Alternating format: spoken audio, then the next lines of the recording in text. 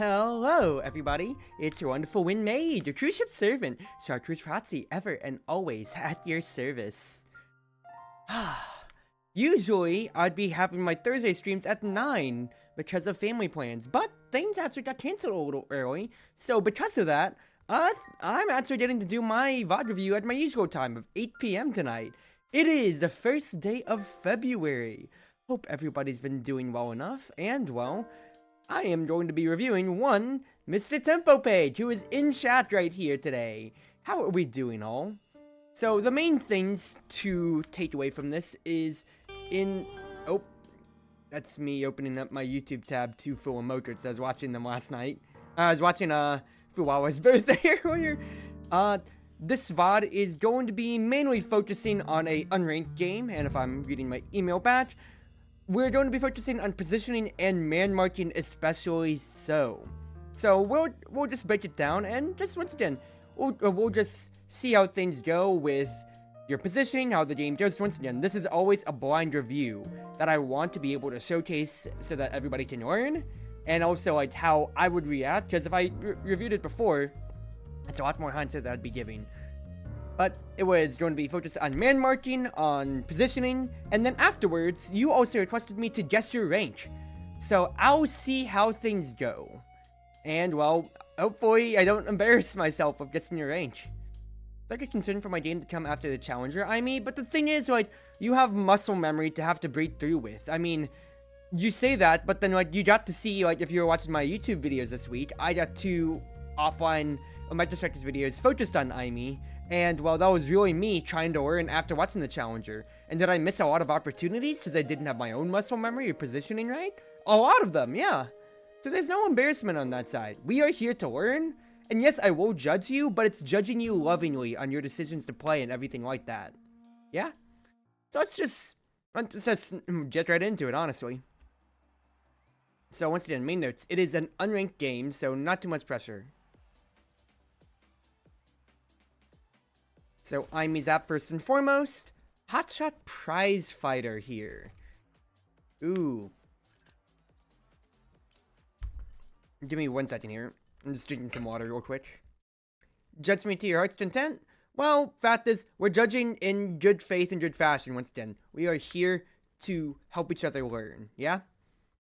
So immediately, either or is actually a pretty strong option for Aimi's app, already just looking at the opening awakenings, and especially if your allied forward decides to still stick to Kazan. Granted, Kazan or Julia is still going to be good.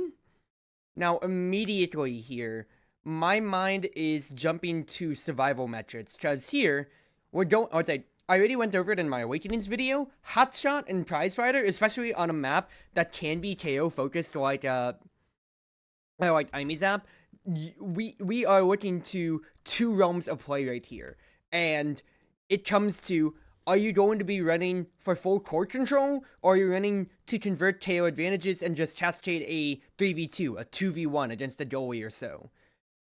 Both, I really like both Awakenings for Aimi. Hotshot really helps you on the core control side, considering if you're going to be blinking onto the core, if you're going to be glitch popping onto the core, or if just one hit of Firewall Sensor hits the core, that is already so much cooldown back. But Prize Fighter can easily cascade things so much faster, especially if you have a Juliet on your team or Kazan either way.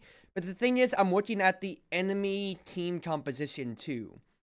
When it comes to Aimi's app specifically, I particularly hate Magnetized Souls, even though I'm a Magnetized Souls respecter on many regards, unironically. I'd really prefer Slick Kits, because the fact is, with it being a one barrier map, it is very much so, you need to get it out of the corner, which means sometimes you need to dribble it and hold it too, because once you get it past the midfield line, the enemy has to clear up or down. They can't really clear towards the middle too safely, because, of course, the hole is right there, so they have to send it to one of the corners, and that's where you're going to be holding pressure otherwise. Magnetized Souls gets your speed boost passing back and forth, but if you try to keep your mindset on it too much, that's opening you up, especially if you're holding the midfield orbs for a Juliet Dash Punch, a Rasmus Hook, or just like Kazan to potentially blow you out, and especially against this heavily offensive team composition that we're seeing here, of Kazan Juliet. Juliet, of course, if the enemy Juliet's going Pummel's Prize Fighter, which your Juliet's probably going to be doing, that's already going to be grounds for you're going to be losing half your health bar more often than not. Even if you don't die off the edge, that's still half your health bar, which Chazan can convert on. And now is going to make sure that that the enemies, unless they get Dash Punch cheese themselves, are never going to lose in a stagger war straight up if you're taking hotshot over them. So you're just going to have this constant pressure on you. And my immediate pain points is, if I was going to go full core control, then I would go Slick Kits first and foremost. But if you're dead, you can't control the core. And especially so, with them going two bruisery strikers in Chazan and Julie, one death but from a free outstanding dash punch is a little bit of a problem. And it will happen to us on IME Zap or any other map. Like, even if you see a Juliet, you take your eyes off for 1 second and that can and will happen to you. The fact is, if she then gets 3 stats and just gets to ult you at point blank range, punch you for more than half your health, and Chazan keeps converting that, at that point then, honestly, if I was in your shoes here, I'd be taking Vicious, because I cannot have them potentially getting up, because remember, Prizefighter can trigger off of assist as well, to where that's immediately 40 power swing off of 1 death, even if it was not me dying, and now I'm falling underneath so much pressure. You have Rune Goalie, which doesn't contribute to your own survivability, unless he banishes, because on the other side, now has 2 ways of healing, which is very much so scary for me here. And yeah, with enemy now then, I'd just go hotshot myself, but I'd go Vicious on that end, because especially so look at this, for instance. You're always going Pummelers, which I think is just the better option altogether for getting more guaranteed dash runs towards a Prizefighter, but they're both going Prizefighter siphoning. So I'm going to also be, especially since you wanted me to look out for your positioning here on this map, like on this VOD, I'm going to be looking at your man marking in the realm of how many times can you win your mark due to good positioning versus how many times are you losing your mark due to you having a little like being staggered out or dead to the point to where you can't play your role effectively. Strike Shot Rune, I think works very well enough for this map, considering it's IME Zap, you can't give up your 1 barrier. Momentum Boots now made sense. Everybody else's Awakenings made sense enough. Really makes you question Pummel's Julie, but they might just want to really just brawl you out on attrition. So let's just see how it goes once again. Immediate want to burn your abilities. I like that. I really do like that. And now we have a possible Cascade. Good pass to your Joy attempt here. But, okay, let me hold my breath here. Nice ideas, nice ideas. Rune's covering for you right there. Still trying to feed the Julie. But I don't like your positioning right here. That's a free 2v1 at the bottom, and you are getting no presence up top. You're waiting for the core to come to you when it clearly isn't. Keeping Joy away, that's fair enough. Intercepted by now, unfortunately, but Kazan missed his hit. Got lucky there. Nice try. Cyber Swipe. Good attempt. Just a little late, but that's just an execution issue. Can't say too much more about that. I really don't like this positioning once again, though. I'm saying I'll give my full breakdown after each round. Okay. Feel like we didn't have a good chance to really break down, to really convert things there.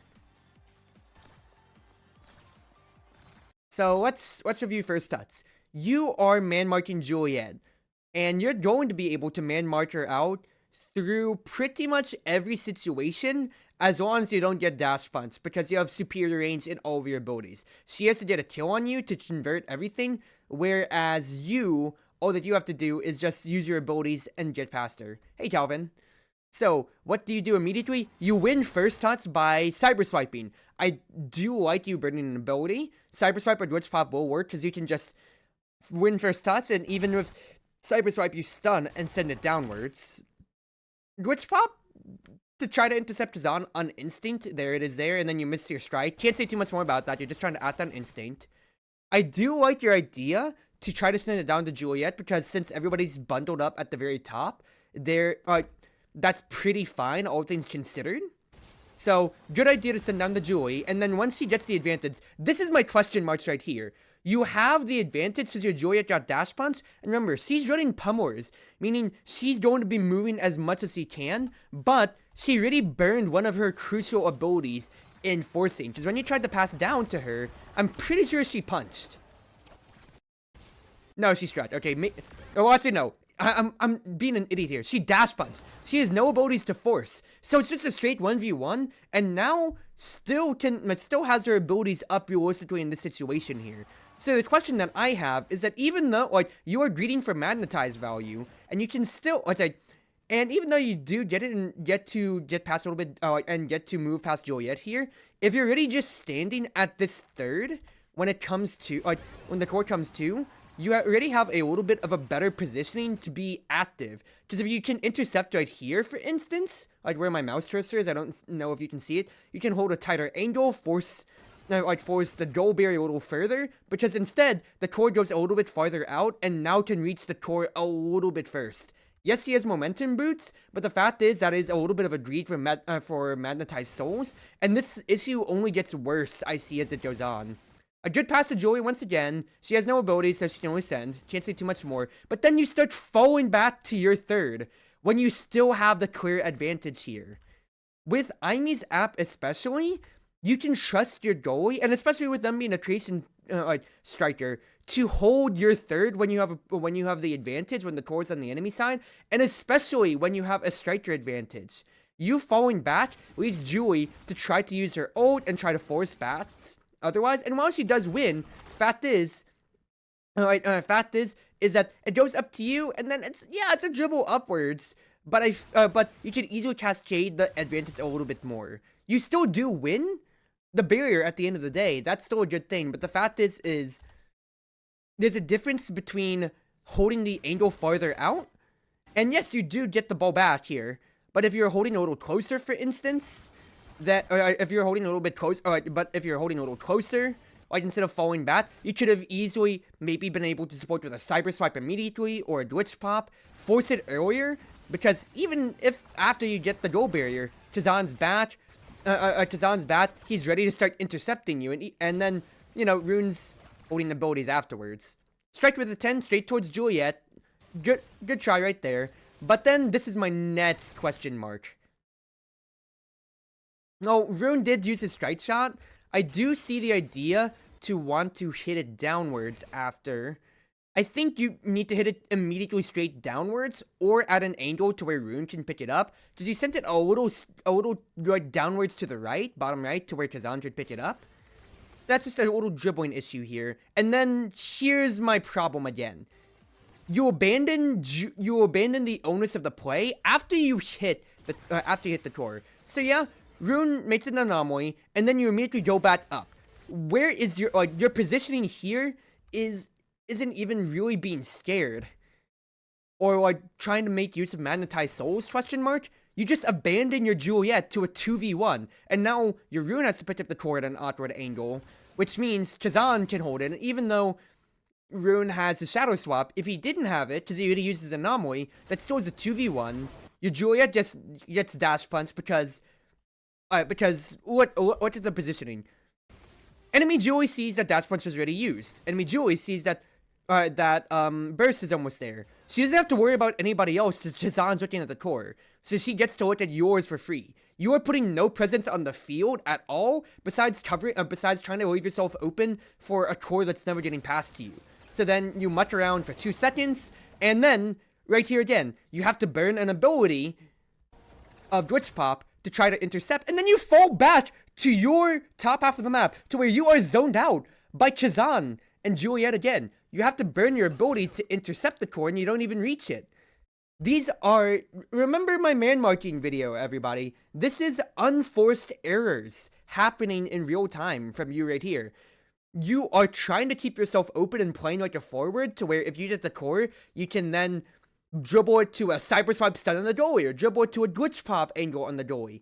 But the onus on the play right now is to defend your advantage. You have the goal barrier advantage, but the striker disadvantage for 12 seconds. So you need to get in the face and be the barrier to Rune. Because you can see with your Juliet dead, all the pressure's falling to Rune. He has to burn his ultimate to try to get the onus back, and then yeah, he does literally get both of the people here, but now you're trying to force the core with your ultimate without either of your remaining abilities. Both of them are on cooldown, so you get to hold the core and force out a burst thanks to Firewall Sentry, but it doesn't go anywhere past that. Whereas if you got in between Juliet and Kazan after your Juliet died, so like right here, once your you should have been moving down already, but once your Juliet died, you need to move in between.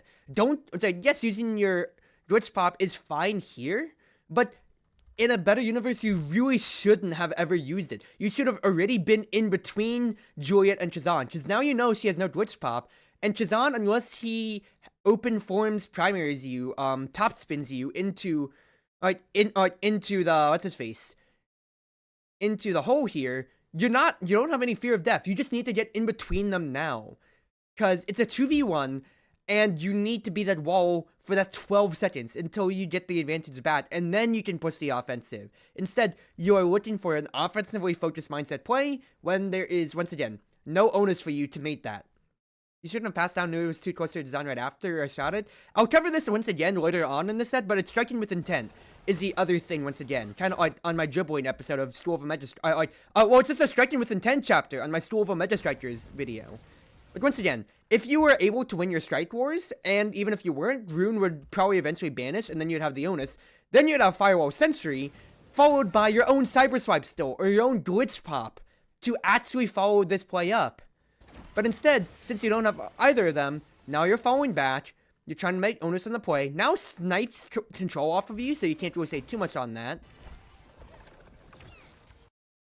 Glitch pop to try to push it forwards, but your Juliet really isn't alive here, so I don't think you really had to burn that. Your Juliet's really not in position to where even if you hit it forwards, she can't really follow up, and enemy Julie's gonna hit it. Because enemy Julie has you at their third, now has the top right, and then Kazan can just also fall back. And Kazan can still try to 1v1 Julie if it comes to. I feel like that was a waste of a glitch pop when nobody had onus on the play except your own Juliet who's gonna reach it first. But it's fine. Fact is, you have a good idea right here to try to strike it forwards. You could have angled it a little farther down, or better play is to dribble it, because I see your mindset with trying to force with your cyber swipes as you're trying to do that earlier, but your cyber swipe is 2 seconds off cooldown, and look at the state of the field. Look at the pitch. Nobody is near you.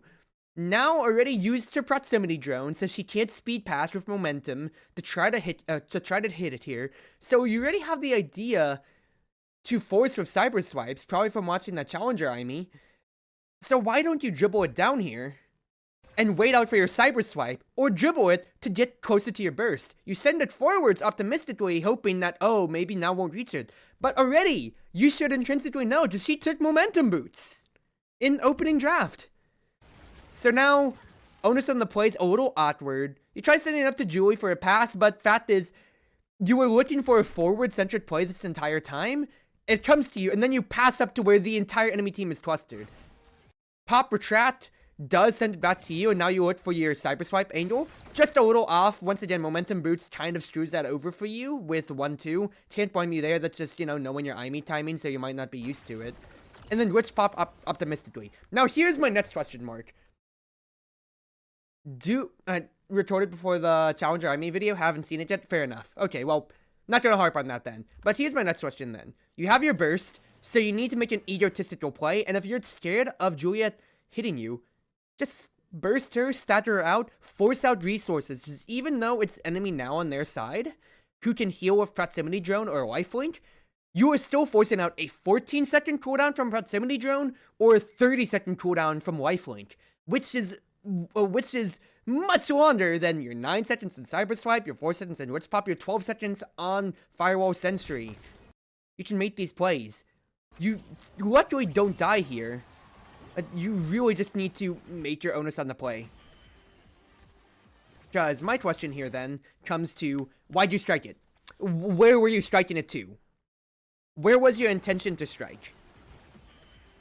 You have control, and it might have been a panic, but were you trying to thread it right above where Juliet is? Because even if you get it past her, are you expecting to cyber swipe ahead of her and then 1v1 now? Potentially. You could also just pass straight down to your Juliet, considering how she then has free onus, and even if she loses the 1v1, you and Rune are both in front of Kazan, who just wasted his abilities and getting in position up there. Instead, you hit the side, unfortunately, and now you're not in a position to cover Kazan. You could have bursted, maybe, but that's aside from the point. The fact is, where was your intention to strike? Because if you get it past Juliet, once again, were you looking to cyber swipe past it? Your own Juliet's open to 1v1, and even then, and even if she loses 1v1, you could have passed it to her, and then when she strikes it, you have your cyber swipe, you have your glitch pop, you have your firewall sentry right afterwards. You have a good idea of forcing it past the Joy at that point then, but it's on your third, and you need to be active in nullifying those threats out. Instead, you just send it without even committing any abilities. You just run back and forth without committing abilities or burst. I'm trying to swipe, then swipe to burst into the pocket. But the fact is, I feel after I've seen this here is looking at your own positioning. This is danger awareness, in my opinion, with your positioning here of you were looking to cyber swipe past Julie, so why did you double back? You hit the core, and then you double back. If you kept moving forwards, even if you didn't get the cyber swipe off, strike comes back off cooldown. If you're right here, you intercept the angel to Kazan. Instead, he got a free hit to it. That is a positioning error on man marking right there, because because on the positioning of the play right here, it's Julie versus Julie at the bottom. It's you versus Kazan up top, and even though his force up here got the goal barrier, but he's out of abilities. He already used the slip, he already used Trinket Reverence, he already used Wicked Descent. He's literally out of abilities at this point. So you just need to cut off his angles, and he can't get past, if it goes to the top right or the middle of the goal at all, Rune gets it first, because Rune will just naturally get it first, even with closed umbrella form. So you just need to be, drawing that line as to where Kazan can get it. And the fact is, if you expected to win, if you expected to get it past Julie, and cyber swipe forwards, why'd you back up? Because then you're losing range on your play to cyber swipe forwards and follow up on your corner. It's very small plays of you strike the core, and then you move backwards. But this side's already covered, just even if it goes to the bottom, Julia covers. If it goes to the middle, or even the top of the goal, prospectively, and you're too far forwards, Rune covers it before Kazan does. So you just need to cut off Kazan at that point. Then you are doing two things when you are man marking right here. You are cutting off angles to the enemy. That way, Juliet never. When you're man marking, you're marked on the field, which is Kazan in this situation here. Thank you for joining the cruise ship. I actually didn't know that you were on here. But when you are trying to cover your angle here, when you are man marking and covering the angle here, the main issue is that you are cutting off the exact angle as to where it should be sent. That way, they're forced to make a bad decision or bad play, and then you can easily force that advantage out. Because if you won that man mark, you have your free 1v1 with the goalie, with your burst, with your other abilities in that case then. But instead, you didn't trust yourself. You went backwards. And then Kazan got a free hit on the play, to where you didn't commit your burst either purposely or just on reflexes, and the goal just kind of fell from there. You didn't want to get shoved into the hole.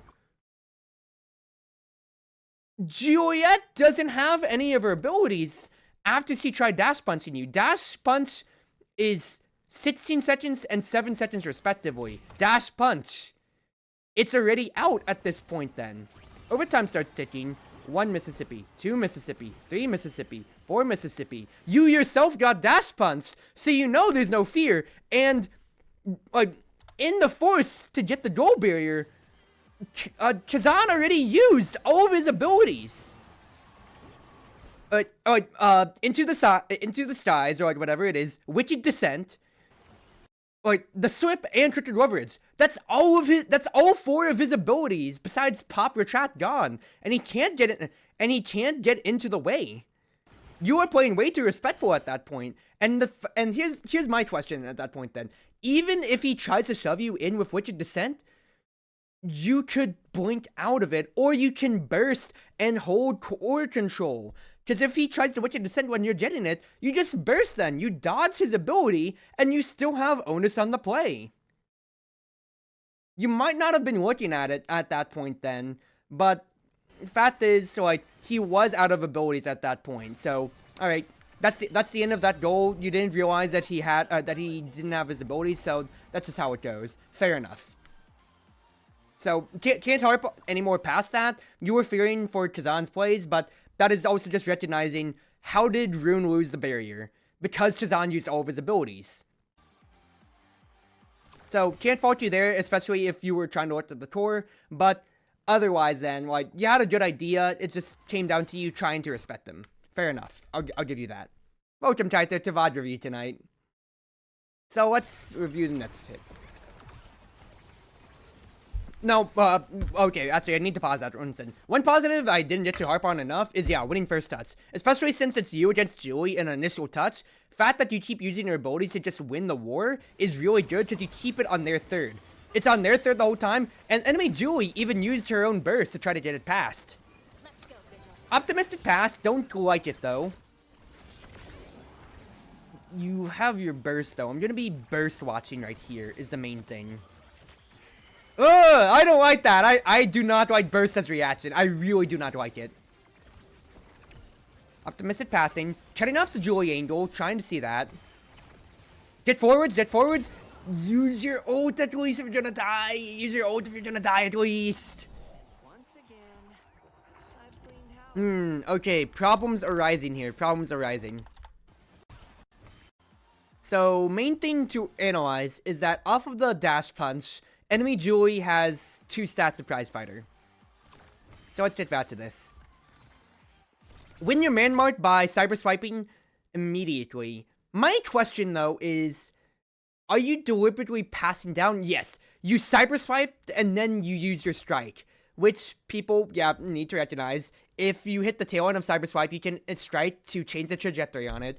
But your own Julie's never going to beat Kazan to the play. You already beat enemy Julie before, so why not hit it to the top right? Because you won your mark, so now it's a 1v1 with now, which you still have Firewall Sentry, you still have Glitch Pop, and you still have your own burst.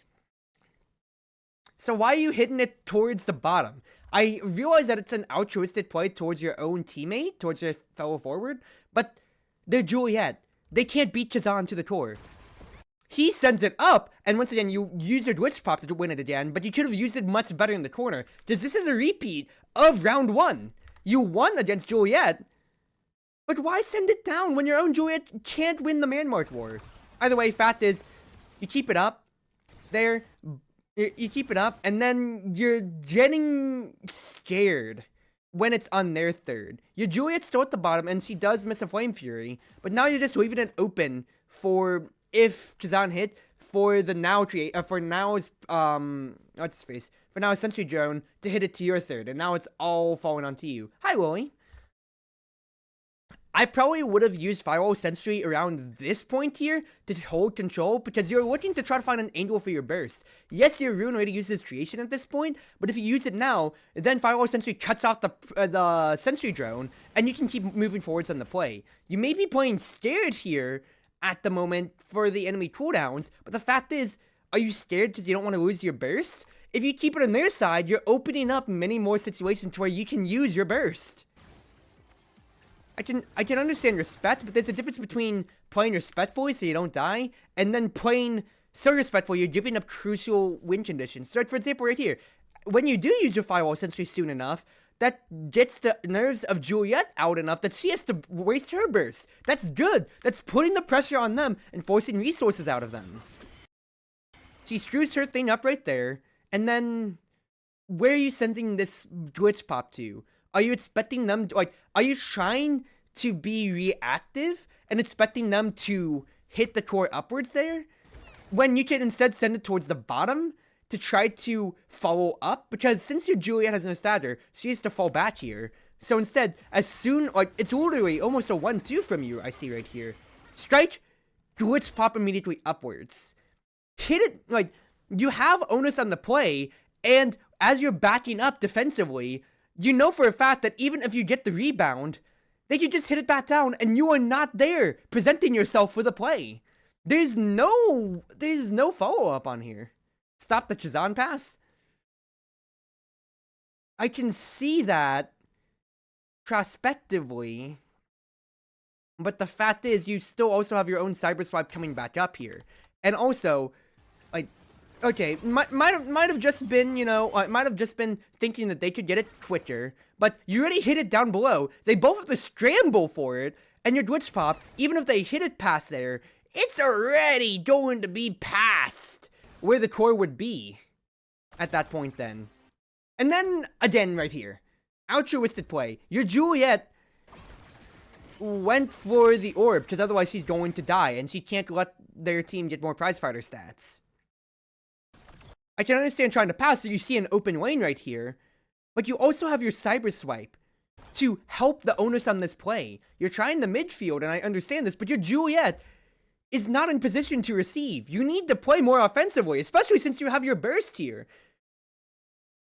I know that it's a very good idea, of course, in general, to try to use your burst for when the goal is open, but if you struggle to get the goal open, you're holding on to your burst the entire time. When enemy Joy already used her burst and she's already building her energy back. And once again, like, because of that, like, it's not a bad idea in theory to try to... It's not a real bad idea in theory to try to pass to your Juliet at that position right there, but once again, she had to get an orb. She was out of the play. If you already sent your glitch pop up there, you should have at the very least side-eyed and saw your Juliet out of position, because she has to survive. Otherwise, the play all falls out, so Chazan gets it for free now. And now, the onus is on him. He tries to dribble, your rune helps you out on the play, and I do like this cyber swipe forwards to try to force the, to try to force the situation. Just with everybody up here, you're getting yourself into position. But then I don't like the follow-up after. Your own Juliet dies. You lose the strike war. Do you not want to use your burst right here at this point then? To try to force the advantage or force the issue? This is really early of you getting to Imi, so your glitch pops aren't great, and that's fair enough. I'm still analyzing your positioning and what you're trying to make off of it. Because now, once again, Juliet's dead, it comes down to man marking. You go up, I'm guessing to try to mark Chazan out, but why are you doing that when Rune just sent the core to you at the bottom right? I understand if you're trying to see that Chazan has burst and you're trying to mark it so he doesn't get a chance to make the play off of it, but you have burst too! You are the second wall to the goalie, because if it gets to Chazan, it's a 1v1, and both Rune and Chazan have equal resources. Your job is to be the second layer and stop Juliet from getting it, it to Chazan, because Rune recognizes the danger too. He recognizes that Chazan can't get it too. So, he recognizes that Chazan can't get the core either, so he has to send it down. So you fall away from your mark! Your mark right now is Juliet! Because if you try to get on Chazan, Juliet, she has no abilities at this point. She already dash punts to go yours!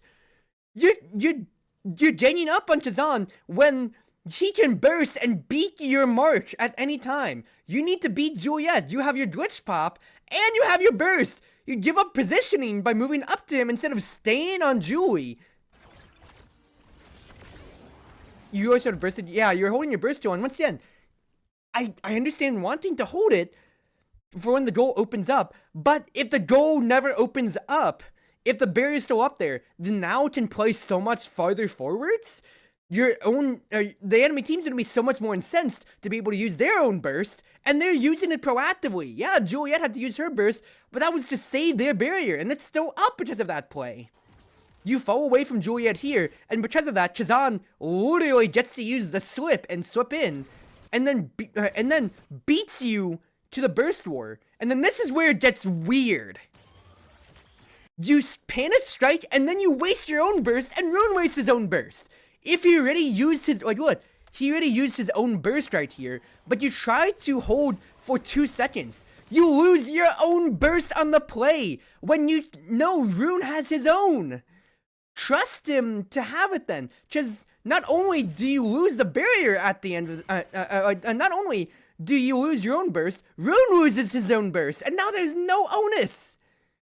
Don't try to challenge a burst with a burst unless it's to save a goal, and that's my own professional opinion. Because not only is the play still on your third of the field, but you basically traded one burst for two, when Rune was already ready to sacrifice himself for it, because he's hoping that you can make the burst for an offensive play. Now, instead of you even getting to force the barrier out, you bursted and panicked after you missed your strike. You already lost the mind game on it, but fact is, what? You're losing health, and the barrier still goes in the end. Whereas if you saved it, you could burst, get it to the top, for instance, or just burst and hold the core until Juliet respawns. The onus of the play is out of your position, but past that, burst, you stretch and burst, you panicked, and then you're trying to hold the corner here. You're striking. You're not really in your strike stuff, that's because you keep getting hit, so it's buffering your inputs. I can understand that. So the barrier passed, you can't do much more. But then, here's my question. Why did you strike? Your Juliet's still dead. What's your intention to strike? You think you're gonna sneak it past Juliet here? No, because you hit it straight towards the now. Instead, yeah, towards the now Sentry Drone, and it hits bad. And even if now Sentry Drone wasn't there, Juliet would hit it back into the corner or to upwards towards Chazan. Why not just dribble it again, hold it in the corner, or hit it up top like you tried to do before? You just free fed it. Oop! I hit nets for no reason. Yeah, you hit it. You hit it towards the corner for no reason here. You hit it towards the sentry drone for no reason here. When you could have hit it upwards, so like your mouse wasn't ready for it. You might have just been instant play, or even just tried to dribble it. That way you force Shazam to come closer to you and hold the core a little bit further. Glitch Pop was also just optimistic again. What are you doing with your Glitch Pop right there? Cutting off the angle?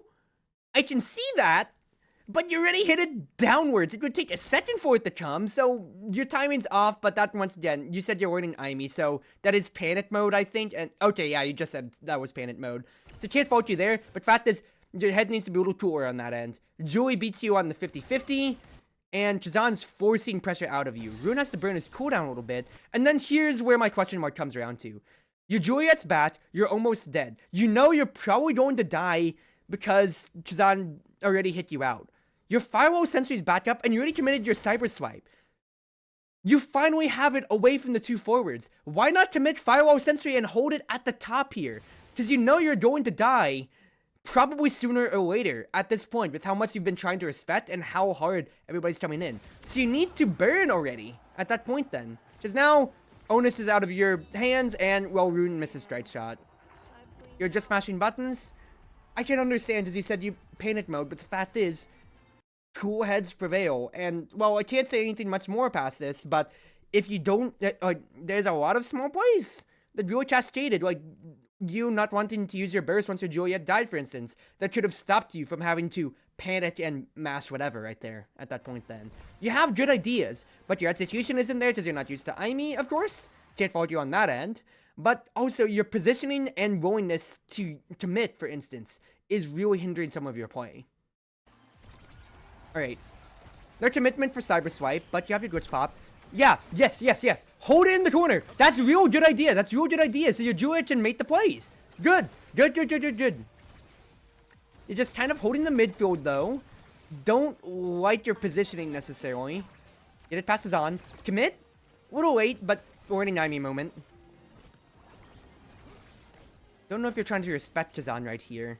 That's all of his abilities out. He just used 3 on you, so you need to be moving forwards on the play. Get the orb. That's good. But that is... danger zone.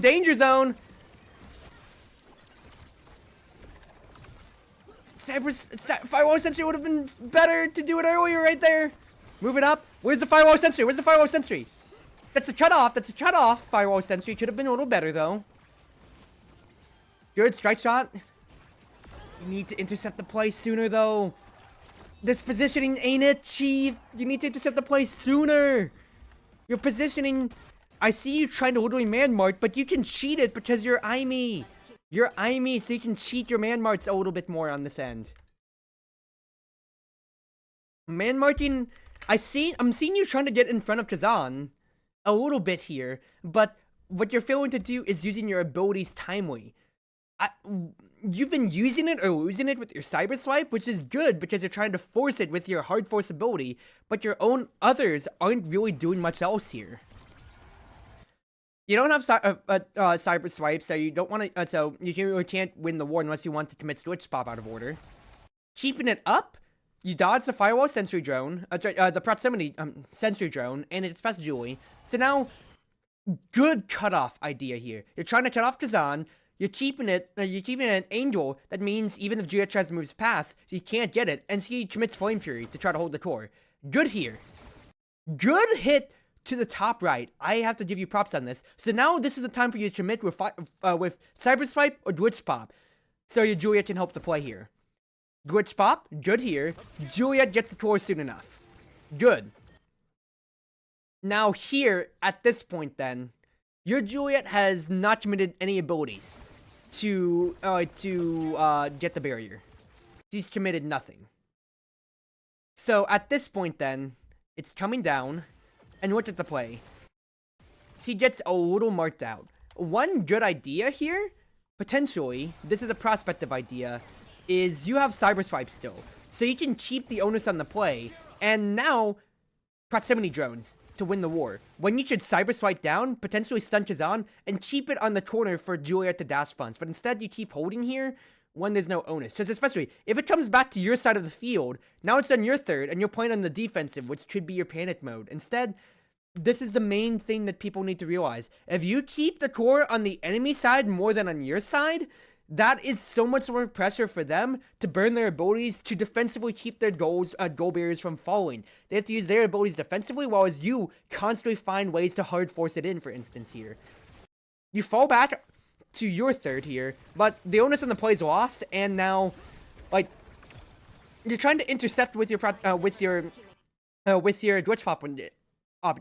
pop again, when you should have cyber swiped. For instance, right, when you should have cyber swiped earlier to hold, to keep the play going and keep it towards your Julia, because she's just effectively being stuck out of the play here. Your Rune wins the 50-50, luckily enough. She tries to make the play, but she's slowed by the Proxy drone, so that absolutely sucks, so she had it lined up for a dash punch. Fair enough there. Glitch pop to intercept, I can see this especially so. And then, you don't want to commit otherwise. Fair enough. You're in front of Kazan, soon enough, and your cyber swipe does try a little off. Fair enough. Fair enough. Fair enough. Look, up to this point, you had really good ideas, and you had really good ideas for midfielding there, and it was just my little one play with keeping the pressure up. But fact is, you still got the barrier at the end, and you committed with good intentions. I cannot fault you on that here. My next question, though, is why are you moving upwards? So once the onus of the play is over, why do you immediately move upwards? You need to get closer to Kazan to beat him out in the man mark war, and you're trending further away at this point right here. Because you have no abilities, so you need to get close to him. Because even if the core comes up to you on the corner, if Rune sends it up to you, Kazan can just close his umbrella and press the point. He beats you with his extended range no matter what at this point then. So you just get beat out on that. So if you were right on top of Kazan, for instance, maybe you could have intercepted the proximity drone, but instead you moved upwards, which pushes you even farther away and onus out of the play. Kazan starts trying to force you out, and he burns all of his abilities, so now you're just looking for the core to come up to you. And now here's my question here. Trying to man mark Kazan, fact is, he gives up the mark to deny you the orb. When you're already this low, you either are committing to the orb for survivability, and you can hold on. Instead, you commit to the orb at your goal mouth. Fair enough. So now, going back to Kazan. He gets it close, your Rune gets a great save, and you commit, what's his face? Commit Glitch Pop, fair enough. So now, it comes down to you holding the third. Holding goal mouth. Good coverage, because you're holding the top, Rune holds the bottom. And now Julie can try to make a play. your rune is really going off here, and then I'm watching where you are in relation to Chazan. Man marking is staying in front of him, and Chazan is a harder mark considering he can quick leverage and press the point to beat you on your positioning. So you have to stay way in front of him. So I'm looking at you right here. Anytime that you're behind Chazan, that is a bad mark. You are getting in between him. Because anytime, if Juliet bursted right here and passed straight up to Chazan, the play is over. Instead, she tried to make an ego play on the corner, and she just got her angel round. Now Chazan moved back to try to answer for when Julia would come around right here with her burst. So let's review this again. Julia's burst, Chazan tried to fall back to angel, and now you're in front of him. That little split second, if it just came 2, he could have easily had a pass play. It didn't jump 2. But now, you are staying in front of him, right? You do a small circle. And he's now right on top of each other. You need to keep moving down. Just keep forcing him to move farther down. Because fact is, you still have your cyber swipe. You get intercepted if it gets past you at that point then. Because now, like right here, even if he missed his commit, this is you being the second layer of the man mark. This is good. This is good right here. Just make sure that you're just getting in front of them at all times. Cyber swipe to hold the core, but where's the firewall sentry? Where's the firewall sentry? The forwards are out of the play. If you firewall sentry straight diagonally like this, then now is forced to possibly burst and hold the core because it'll naturally push, allowing you and Juliet to get in position and you to make a play off your glitch pop. You need to angle your firewall sentries more towards the enemy core and are more towards the enemy goal at this situation. Because all your firewall sentries have been diagonally down to cut off the midfield, but it means you still have to follow up and somehow factor in a strike to play.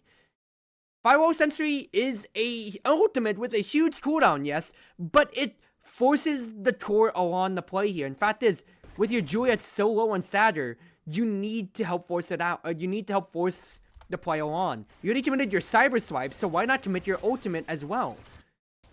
I kind of see it here. You used glitch pop here. Not the best glitch pop, quite frankly. Just once again, optimistic. You're using glitch pop as a non-committal cyber swipe, really, is how you should be using it. To intercept plays, like the Tide Giga Blast on primary cooldown, for instance. But I would use Firewall Sentry instead to keep the play and cut off the midfield position. Because your Julie's underneath immense pressure here. And fact is, once again, where's your Firewall Sentry? Use it now. Move forwards with the play more. You use it here like this to cut it off, but the fact is, with your angle, even if the Firewall Sentry hits, it's just gonna bounce off the center. Angle it forwards. Be aggressive with your play, because you've been defensive this whole time, and you can't find your force in here. You see, with that angle right there, it goes automatically to your corner, to whereas if you angle a little bit more forwards, you'd be right here with the core to answer it! If you angle it forwards, you're trying to cut off the exact midfield, when you should be cutting the midfield into their third of the goal mouth. And then, what? Play falls a little bit here. Your Julie dies, can't really do too much there at that point then, so now it once again falls to striker disadvantage. And, well, can't really do too much past that. Quicker cyber swipe potentially have been, but if you held a little bit more core control and weren't afraid to commit your ultimate sooner, on either times when the core came up to you, you could have done a little bit more. You could have done a little bit more with carrying it out, and maybe getting that lucky glitch pop, or that lucky cyber swipe at that point then.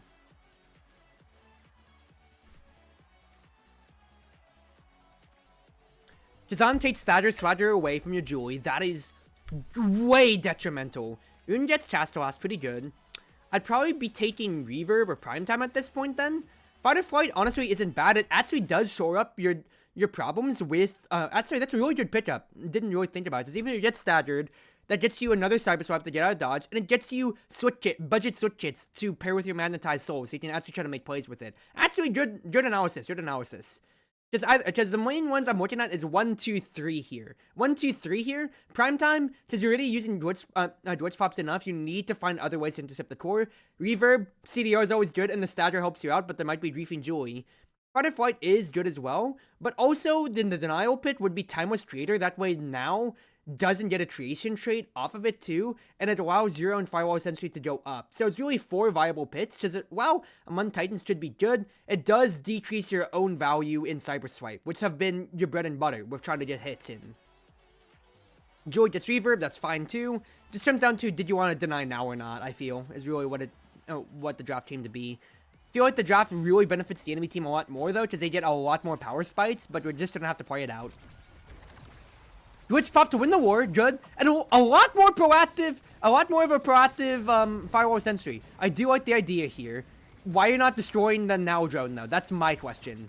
They are already banished out, so you're not doing anything to stop the drone when it's completely free. You're just griefing your positioning.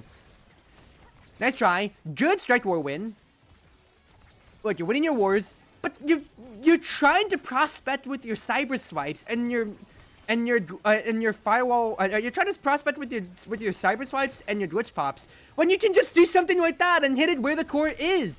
They're not beating you on any big mind games. Just hit it to where the core is. You have really good ideas here, but you're just not getting good execution out. And also, you just being a little too fidgety with your own positioning. First and foremost, glitch pop to win the war. I really like that. Puts the onus on them. Cyber swipe or time was traitor. Cyber swipe or firewall sentry immediately here would be great to hold the pressure, and which you do so. A little late, but can't fault you. You don't have instant cast on your keys. Well, a lot of people don't have that. I think you should cut the angle a little closer though, because this is still pretty wide open to play with. When you're using Firewall Sentry as Aimee, the best rule of thumb is to hold a tight angle to where your Cyber Swipe or your Glitch Pop can cover it entirely when you commit it at the core. But then but it's whatever, you're still owning Aimee, can't fault you here. You're still trying to cut off the midfield and push the play towards their third, which is good Firewall Sentry is an idea. Now here's my big question marks. Firewall Sentry kind of actually griefs your hit here, so nothing much more. Evade to dodge Juliet in case he Flame Furies into dash punching you. Good. Making sure you just don't die. But then the Rune Banish comes out, and then you're falling back and forth in the play when the Proximity drone is right here. Get rid of the Proxy drone by just standing on it. Rune already teleported back, so you know you just need to win the 50-50 against Juliet. But you're getting 2v1'd by Juliet and the Proxy drone. Just stand on the drone, because now you get stunned and pushed back, and you lose the war. Why didn't you stand on the drone? You just griefed it right there. You know how now works, hopefully, right? So why didn't you just stand on the drone when nobody's stopping you from standing on the drone? Stand on it! Stand on it! Stand on it!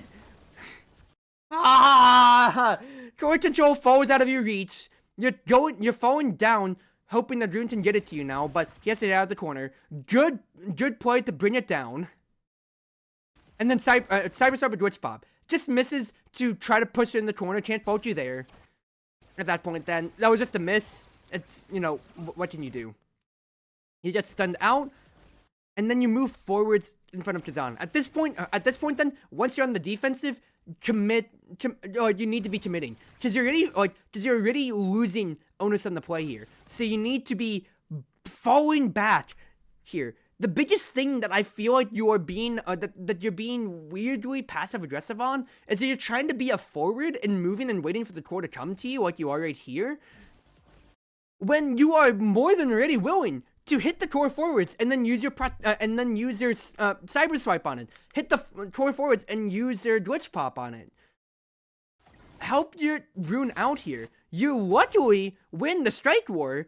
And while it unfortunately hits Now's, sensory drone at that point then. But you're like, help the play. Look, this is the question that I'm talking about here. I see, you have really good ideas to cut off passing lanes and everything like that, but the fact is, it's already been a set, and none of your glitch pops that have been to deny passing lanes have worked. Both because, yes, you're doing it too early, but because the enemy isn't doing it. You're trying to cut off a passing lane that doesn't come to. If you just glitch popped forwards, you hit the core and you hit now, as opposed to hoping that she passes upwards towards Juliet, which is a good idea in theory, but she hasn't passed it towards the free lane at all in the past set.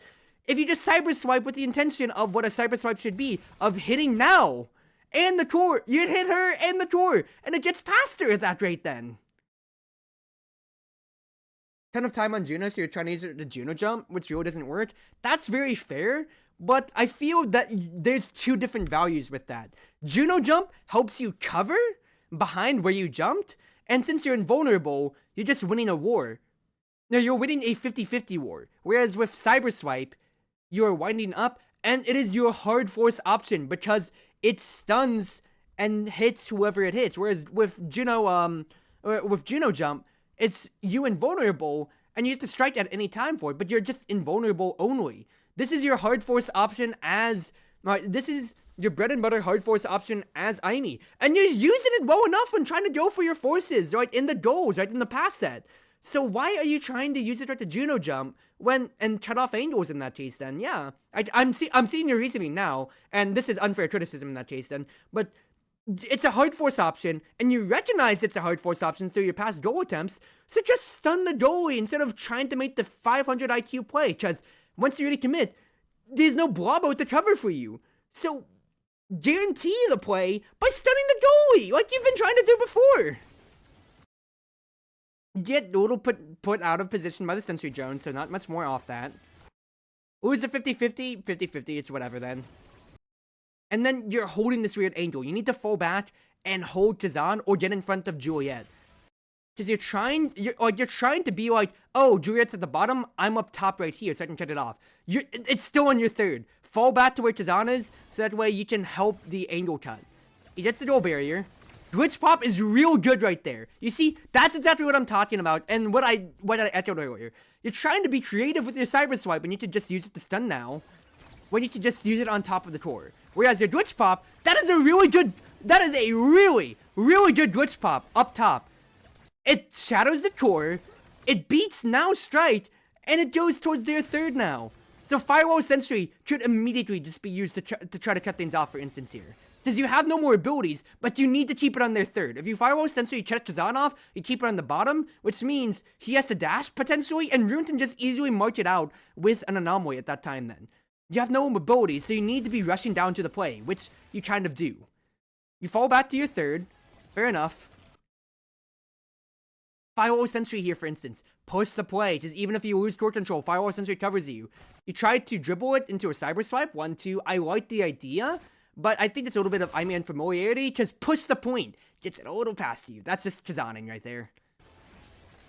But Firewall Sentry, once again, if you used it here, that cuts the play off before Julie ever gets to it at that point then. Firewall Sentry helps your plays get started and gives you that backup, like a Juliet, or like a Juno Blobbo would. The Cyber Swipe idea was a good cheeky play in theory, but your ultimate is what starts your play, as Aimi here. And fact is, you've been using it to cut off angles, but you need to use it to just get it to the enemy side sometimes here.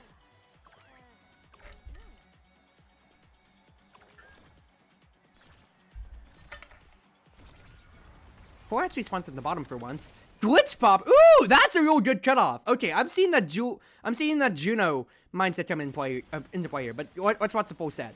Where's the Firewall Sentry? You already had it in their third, so where's the Firewall Sentry? Glitch Pop does get it in, but your Juliet's being forced out. Where's the Firewall Sentry? It's your ultimate ability, and it helps keep it. That's a good idea now. Look, it keeps it in their third, and you can keep forcing pressure like that. Okay, it didn't get the barrier, unfortunately, because that's a Aimi Zap moment, but it got it on their third, which is what you've been trying to do this whole time. Juliet gets a great dash run still. Go, go, go, go. Cyber Swipe, Cyber Swipe. You have the onus on the play. What? You know, we take those. We really take those, dude. Honestly, we just take those. Okay, back to that. Back to that. Spawns up top. Spawns down below, not up top. Really good Glitch Pop. That's the Juno mindset that I'm immediately seeing right here. You could have just hit it immediately down, though, and not have to burn the Glitch Pop defensively. Maybe, but I need to rewatch Juliet's positioning. Okay, yeah, no, she had enough. But the fact is, you used it with the intention of cutting out the play. Alternatively, you could have used it a little bit forwards to try to hit Juliet and the core, but either way, that's a really good defensively minded play to keep it out of the corner, and I do like that. So now, once again, though, it's on your third. Your Juliet's a little out of position, but if you use Firewall Sentry here to cut things off and keep it in their corner, then your Juliet can potentially get into position. She kind of gets zoned out by the sentry drone, unfortunately. But this is time burning on one of the few times when you have the core on their side of the field. You don't use Firewall Sentry until way later into the set. You use the 50-50, and now it's on your side of the field, which is outward. Cyber Swipe to hold the core. So where's the Firewall Sentry? Keep it in the corner again, because your Juliet's kind of hurting. So make the play a little bit more aggressive on your end. Glitch Pop, a little bit farther forwards, fair enough, but once again, I still think you need to just shatter the core, because it comes back to, because even when you hit it, it comes back to you, and then where's the play coming to? You pass it up to where Juliet's pushed out of position again, and, well, the burst is kind of used. Gets a core, unfortunately, but if you had used the Firewall Sentry anytime before, it starts your plays, it starts your plays, it starts your plays. It's not the best ability to use on Rip, because it needs to start using its pellets to get started. It gets started here, for instance, but because you only just use it here, it never gets its way, it never makes its full path. Juliet can just eat some of these hits, and it gets a little harder. Your ideas with your abilities afterwards are really good, though. But if you just use it a little bit more proactively, you could have gotten the goal barrier way sooner. But instead, it's used almost halfway into the round timer. Holding it forwards, good idea here. Glitch Pop doesn't come to, but luckily, the enemy now, I need to watch this. So, Julie gets positioning here, and the enemy now goes to intercept the play, but that does leave her out of range. That's real good eyeing on your Juliet. You got lucky, quite frankly, here, that your Rune got in between, but your Glitch Pop should have just been coming out at any time to just intercept. Because even if you hit it accidentally towards the goal, Rune has his burst and he can make it up. You are still a wall right here. The fact is, you're kind of stacking, so you just got really lucky right there. Glitch Pop was a little optimistic. Now, this is your Cyber Swipe opportunity. Hit down below, and Cyber Swipe forwards. Tizan doesn't get it right. Tizan does intercept it. You hit it up top here, where nobody is. So what's your idea with your strike, though? Are you going to Cyber Swipe then and steal control, stunning them? No, you just awkwardly hold, and luckily, Rune's Anomaly does get it. If you are going to send it up top to where nobody is, you might as well just dribble it in that case then.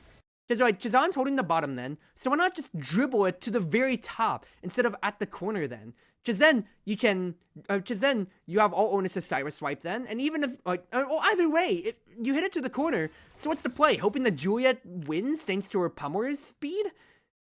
She's got a pretty core 50-50, whereas you could just Cyber Swipe, stun everybody, and strike it towards the core, strike it towards the goal.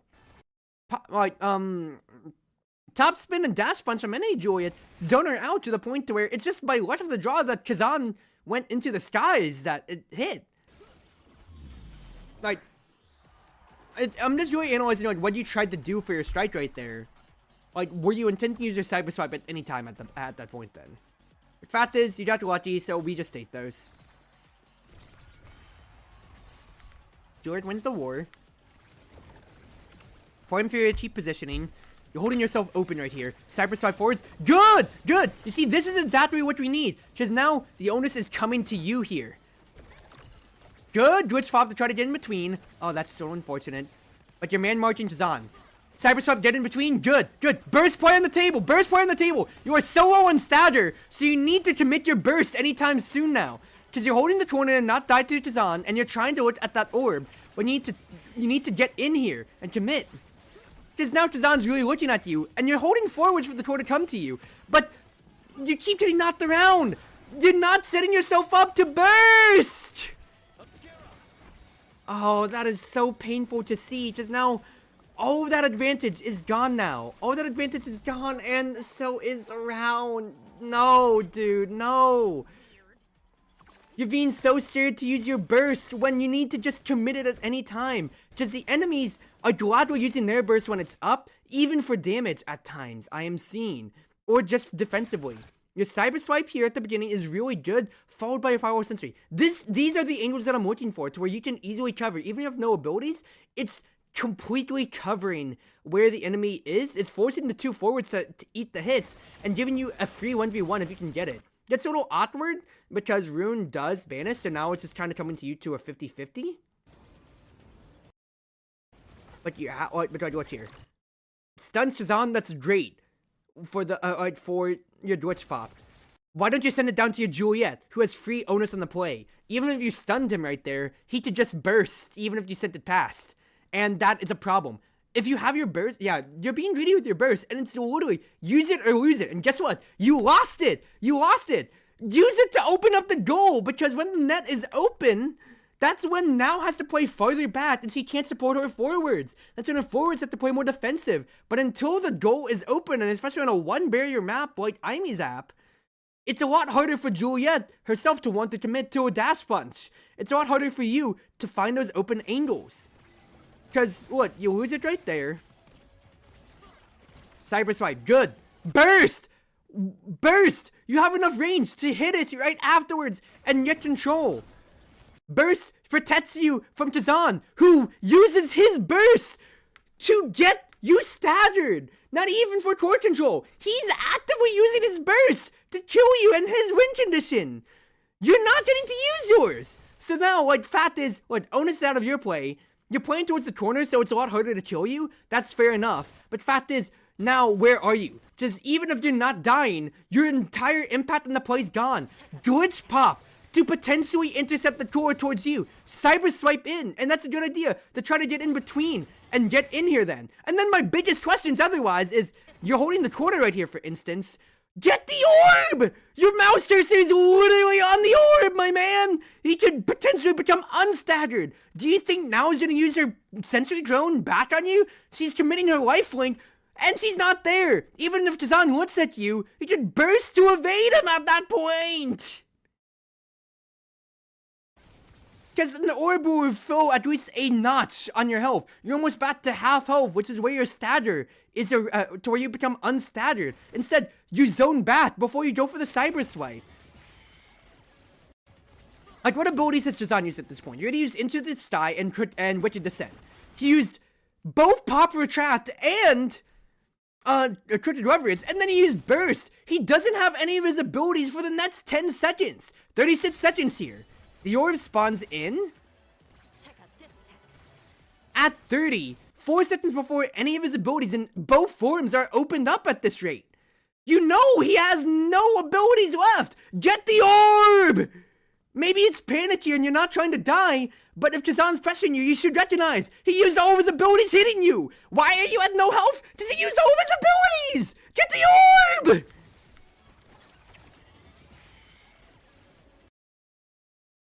How do you sign up for a VOD review?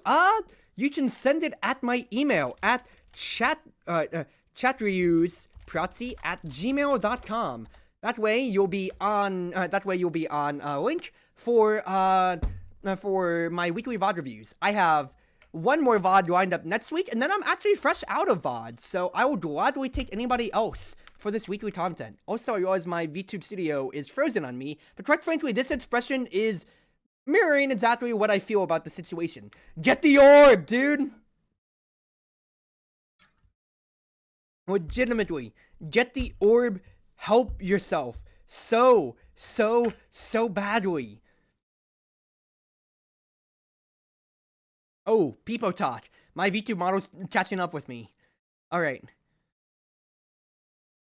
How high elo will you coach? I mean, I'll take anything quite frankly, because like, what? If you want my skill level, I am high diamond to low challenger range, dropping in and out, right here. But I will gladly, like, look, I love watching Pro League games, and I last week I commentated and reviewed a challenger Imy who was playing with Pro League players. I'll take whoever I can, because like I get to highlight good plays and bad plays here. And fact is, even if I am streaming my guts out, yeah, with my eyes beaming into your soul saying to get the orb, this is for your own improvement, quite frankly, for your positioning. Just like what? You have really good ideas here. Is the biggest thing I'm like watching your game here. You have really good ideas of trying to play the game, but your execution of those ideas is not it. You're playing at the corner, that way Tazan has a harder time to killing you. But if you got the orb, he wouldn't be able to kill you in the first place. It's like, okay, like what? If you got the orb at that point then here, like what? He goes too close for him to look for a crooked leverage on you. But he has to fall back to even crooked leverage you into the goal. If you got the orb, you'd already be at high enough health to where he's not in there then. 300 pro lead, you'll get a VOD. There you go. I get to review higher games. Which I'll gladly take. I'll take whatever games, dude. So, is my skill level enough to understand those big brain plays?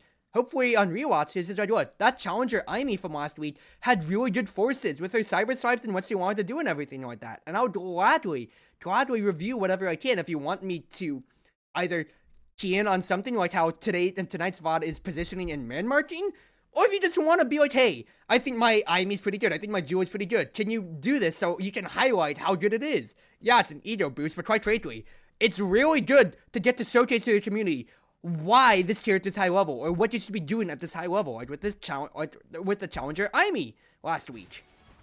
Yeah, like, he goes closed for him, but even if he hits you with critic leverage, where's he hitting you to? You're far enough away that you can't be hooked towards the hole nor the side. He falls back and denies you the orb! And then, he hits you, but you're far enough away, he misses his pop retract anyway! So now his other abilities are up. And then, well, you just get pushed into oblivion at this rate. You get hit, you could even still burst to evade and stay alive. And you unceremoniously die, and guess what? The round just kind of sputters from that a little bit, unfortunately. Because with striker advantage, Juliet gets the dash punch, and then, well, it just falls apart there, because you can't do too much more, unfortunately. It's unfortunate. But you never got to make your play, because you were too scared to burst, and then you were too scared to get the orb. You're half-heartedly committing to yourself here. Use it or lose it.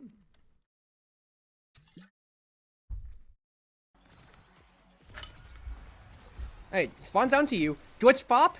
Nice try, good idea. Cyber swipe in. It should 2v1. What are you doing? You are doing nothing! You're waiting for a core to never come to you! Got lucky. Good intercept. Great firewall sentry. Keep the pressure up. Your own Julie can get a dash punch. Nice try. But pop retract griefs it. You got lucky there. Look, you set up for a good play, but what is that trash positioning? Oh my god!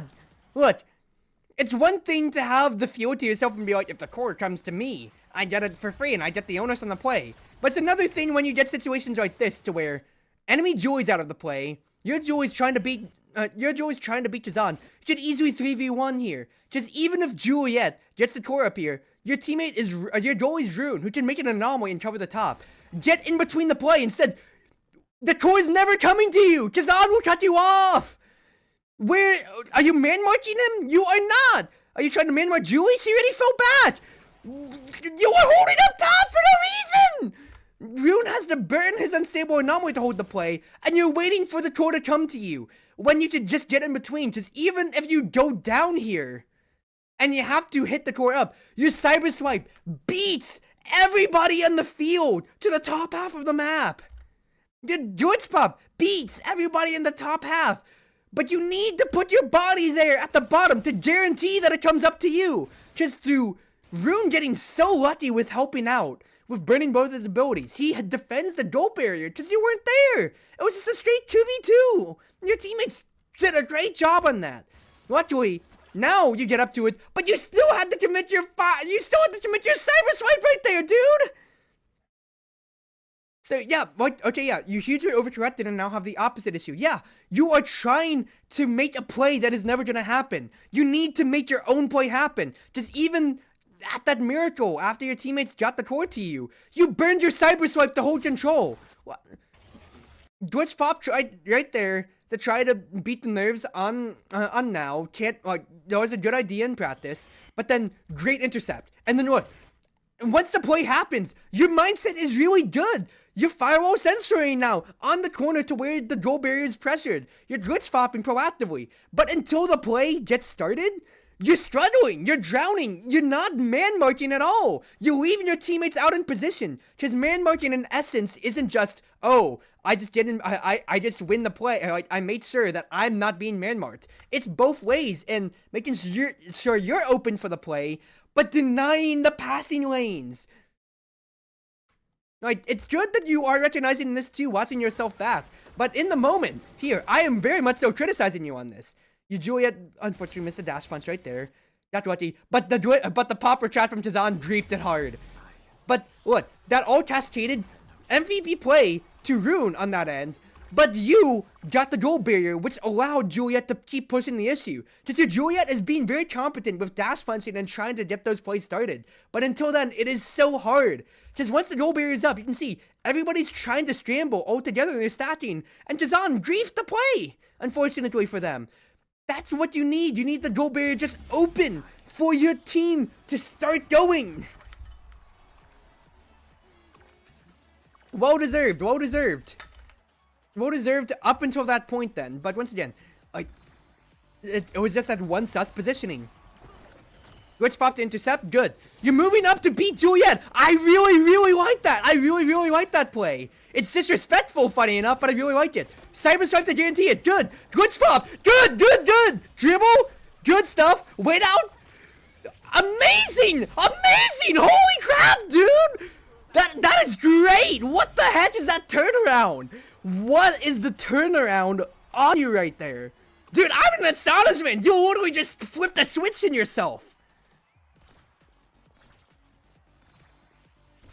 So, corresponds down below, but crucially the biggest thing that I see is after Chazan Wicked Descents, he gets hit, and then your Juliet and Rune, with the banishment, keep him out of the play. Like, he's forced out of the play, he's stepped on your third, and you just win a 1v2, basically, the entire time. Let's review this. So, your Juliet doesn't hit it, so it comes up to you. Great pass, great onus. No need for you to force anything, because Chazan's forced out, is forced out of the play right here. So Juliet gets it for free. She falls back instead of pushing it forwards to try to stagger Chazan. Curious, but fact is, you get up on the play, and you are man-marking Juliet out by beating her here. Beating her to the core. It's actually a little dangerous, funny enough, to see your dash punch and kill you. But fact is, it didn't. But fact is, she's just trying to stop your play. Your cyber swipe stuns both of them and guarantees the hit. Good. And then your mind is amazing to hold, like, because you can't dribble in this position unless you dribble on the and hold control.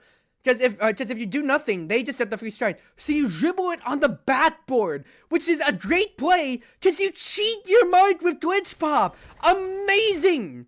It doesn't hit, unfortunately. But fact is, what do? You don't panic. You dribble and beat Juliet. That is great identity on the play. Because throughout all of this, look at where Juliet and Rune are. You're zoning Chazan out, and he uses his strike shot to keep the pressure on. That's funny.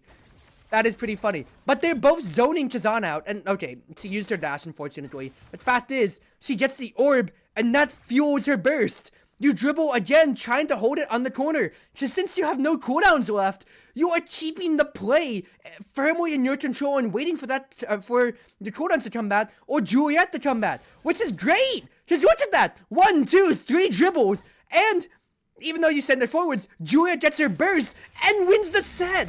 That is amazing plays right there, dude. That is a switch turning on, and that is great recognition of just you being, like, that is good IME play. Just recognizing I can cheat these. Just I can stun this I can win this 2v1 through stunning both of them. I can win this man-mart through, I can win even though I'm behind the enemy team through glitch pop. And that dribbling was really good. Okay, draft-wise. 3 Sparts. That is curious right here. Rune gets extra special. Very much so important, I feel. Enemy Joey denies Spark. Now team player Joey made sense. Nice edge for enemy Joey, for your Joey. Very important. And rapid fire. Yes. I like this. You have been very much so eager to use your glitch pops, and that fuels it a lot. It's just that enemy offensive traits are on the table, especially with Spike of Resilience being taken away. So let's see how this goes. Griefing positioning again. You need to be moving in front of Juliet, but let's watch this play. Good glitch pop, but don't like this. But Juliet gets it. Firewall sentry. Yes! It keeps it in the corner. Glitch pop it. Why are you falling back? You're letting the core come to your third for no good reason.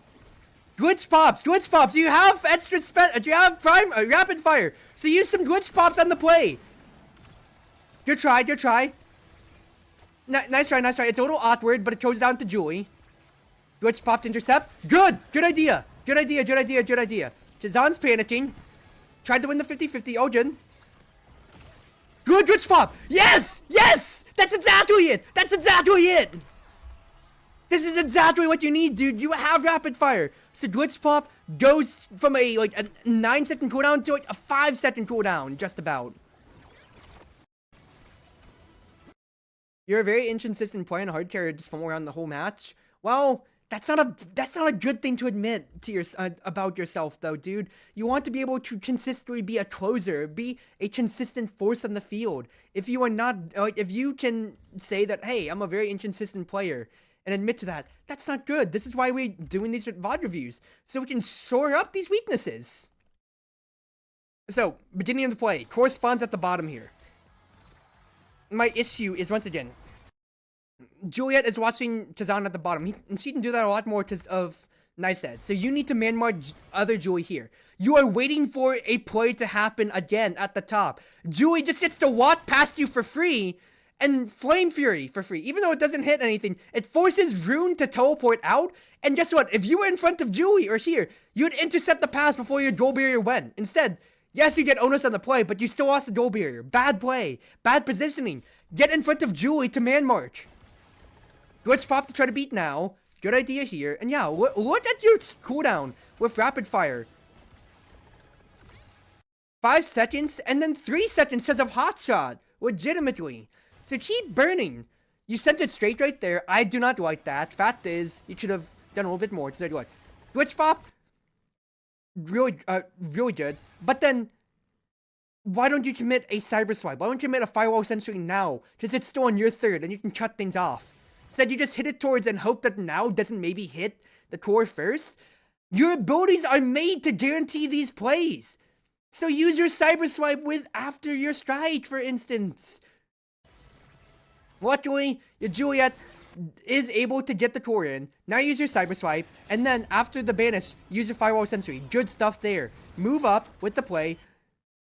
You're holding up top here in case. Where's your glitch pop? Where's your glitch pop? Where's your glitch pop? Julie's so low on stature, for instance, that you could turn that into a win condition.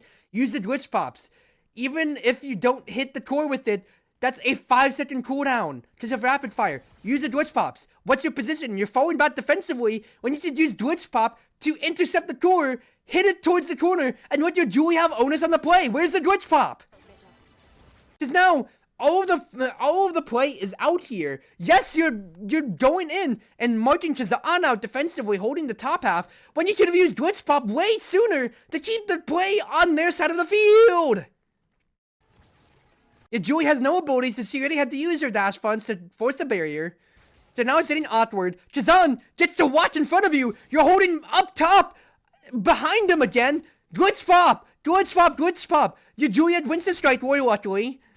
Where's the glitch pop? You're using cyber swipe and committing your body back down to win the mark when you should have been in front of him first and foremost. Because if you used glitch pop, you could have just won it and held your positioning if you want to hold up top. Instead, afterwards, you fall back up top. Where's the core? Rune's committing his stuff down here to hold. Instead, it's a free passing lane. Where's the glitch pop? Rune wins the strike war. You better thank him. Thank his stars that he's winning the strike war to get this core to you. Glitch pop gets it. It's an awkward angle. You try to get it to Julie, and it's spaghetti. Glitch pop again. Commit. You're holding so passively. You win your man march by cheating it with Aimee. You have range, whereas Kazan has to commit his body. Instead, you're standing out of position until, oh, I have to beat him in a strike war. You cyber swipe and commit your body. You took rapid fire for a reason. So use it. Use those glitch pops more, please. You can see right here, even if you didn't get the best hit, it's already on cooldown thanks to hot shot and rapid fire. You got so lucky. So lucky right there. After all of that, after your glitch pop, because guess what? You committed it. Use it more. Because right, the thing is, even if you won the set, you did not need to lose the barrier. You did not need to put Rune in those 50-50s. You should have ended that goal way sooner if you intercepted the core. Because fact is, even, like, you get to be in 2 places at once, and with you taking Magnetize, you're committing yourself as the midfielder. Are you winning? Well, Tempo Brid's winning right now. You are holding at the top, cutting Chazan off, and you can glitch pop at the bottom, cutting Juliet off. Good right there. Try to force it up. You have your burst. I am eager, and I'm saying this with bated breath on what you do with it. Cyber Swipe at an awkward angle? Dude, you need to just hold the middle there. Juliet's trying to get the pass to you. It's, oh, the Jamil, where is it? You need to put yourself as a danger on the field. Chazan's marking you for free. Move. Get forwards. You're getting hit for free. Thank you, dude. Thank you. Gods, you are causing heart palpitations from me. Cyber Swipe to win the march and put it upwards. Glitch pop to try to push it. Real good ideas. It comes down to Juliet anyway, and then she gets to try to dash punch and force the core in. Nice tries. Move. Put this firewall sentry now, because Juliet's having to 1v3 at the bottom. Glitch pop now to try to force it at an awkward angle. She's Flame Fury to force Chazan out and put more onus in the play. You luckily, because of a stroke of luck, what even happened there?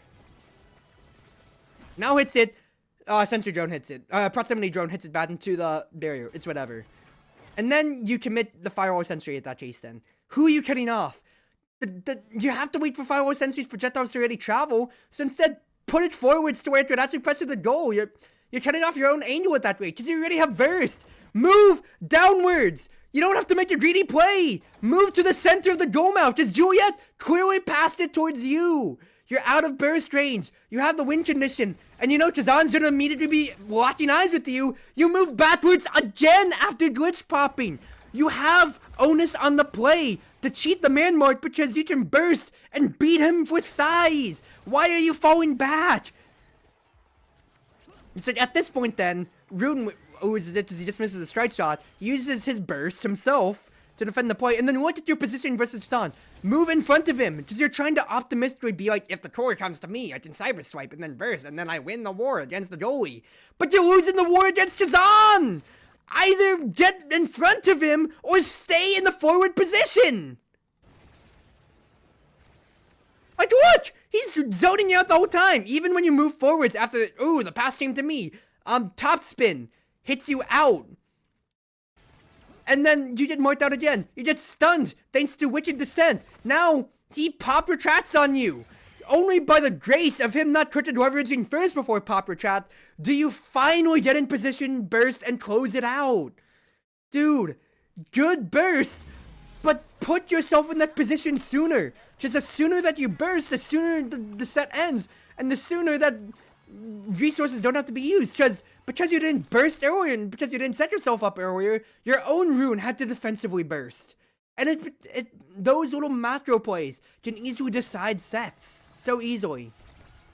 You still won at the end, but I'm not happy about it. Quite frankly, coach is disappointed in you.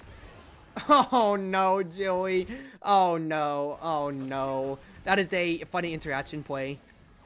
Alright, cyber swipe, good. Glitch pop. Good idea. Just didn't get it. That's just, that's just how it goes. Joey died immediately. Can't do much more past that. Chazan griefed it hard. Oh, that's unfortunate. Realistically, there wasn't too much more you could do unless you committed your cyber swipe at that point. Unless you committed a firewall sentry, which you realistically could have done. So let's analyze this. Juliet dash punch, and then the proxy drone killed her because of the knockback.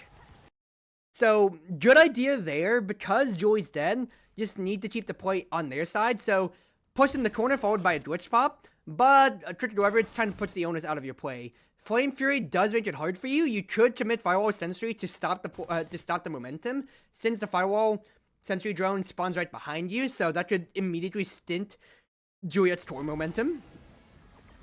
Instead, good glitch pop, but you could firewall sentry right here, potentially here. It's just really debating about if you want to commit, if you want to save this play. But you know, you don't use it, and then the play just kind of goes out of your hands past that. So it's just like, did you want to commit Firewall Sentry or not? Yeah, no, it is a great anti-force option, because it's just as good defensively as offensively here. You're playing Imi midfield. You're recognizing that you're using Firewall Sentry to cut off angles, but you're not using it defensively enough to help out Rune, because the less that Rune has to use his anomalies, because right, here's the thing, with you being double creation, the less that Rune has to use his anomalies or his secondary to cover the goal, that means the more times he can use Banish to peel Kazan off of you, or to use it at the midfield, so then you can use your Cyber Swipe, not defensively, but offensively against the enemies. Good win on the war again. Good Firewall Sentry idea right there. Holding it off. Oh, wait! Dude, Firewall! Oh my god! Oh my god, no! You should have potentially hit a wicked nasty freaking, oh, it's his face. You should have hit a wicked nasty, glitch pop right there. Good defense there, all things together. Cyber swipe in. Cut it. A nice pass attempt right there. Why are you staying so far out? What is your positioning accomplishing? Good in between. Yes. Cut things off. Going back down. Comes to you. Glitch pop, optimistic. Good.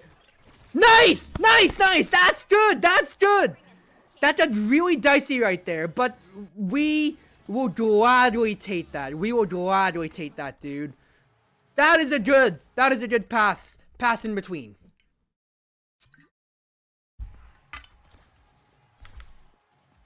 So, play starts, immediately win the war again. Get it to Juliet as fast as possible. Really good. Glitch pop to guarantee it. That's good ideas. And then, once again, like, this is really good immediate start of round gameplay. Because if it didn't win, you can see right there, Rune isn't pressured, he gets to put the anomaly down below, and you get to put the Firewall Sentry.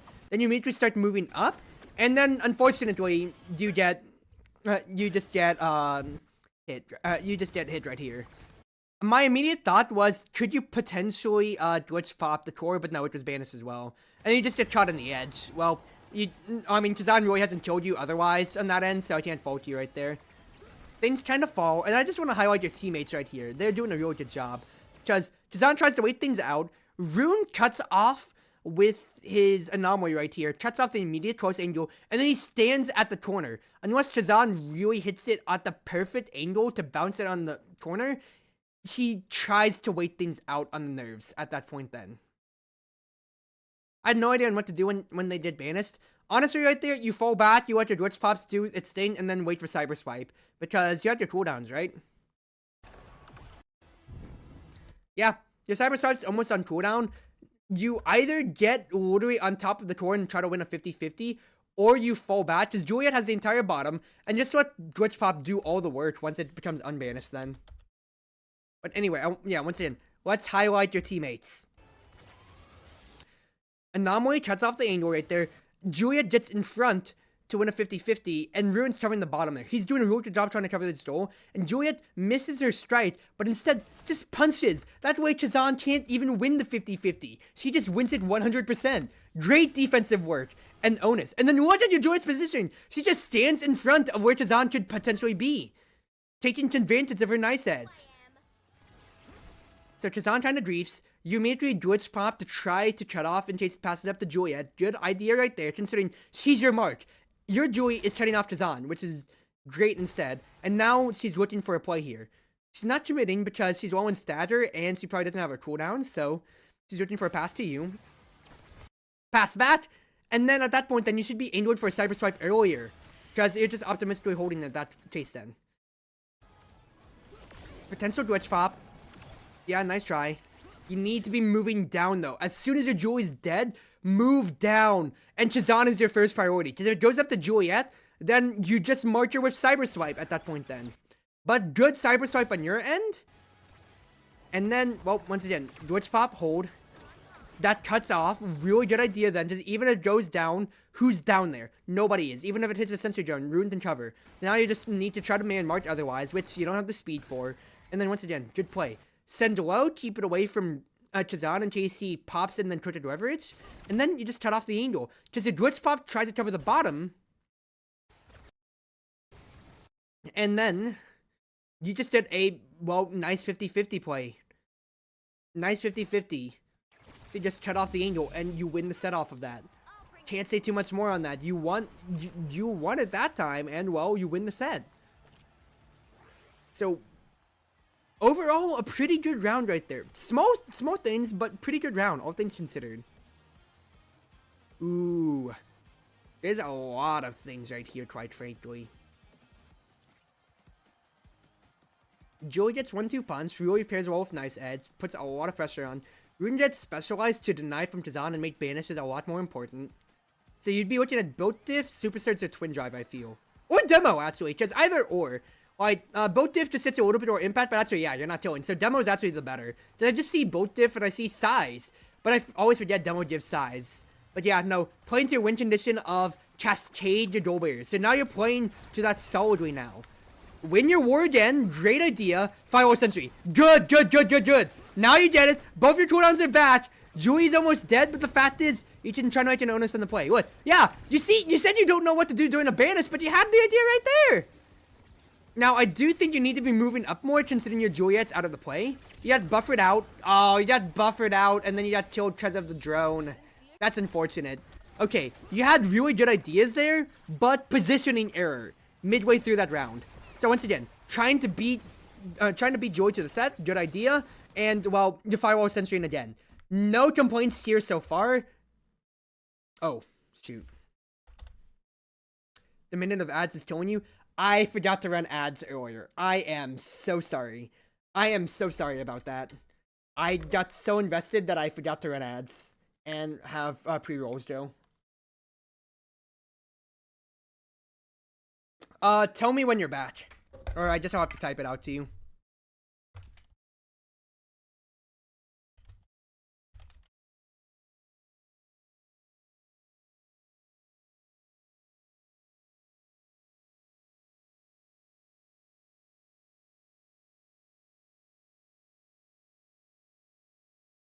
Oh, I guess I will take that advantage to drink a little bit more water, honestly.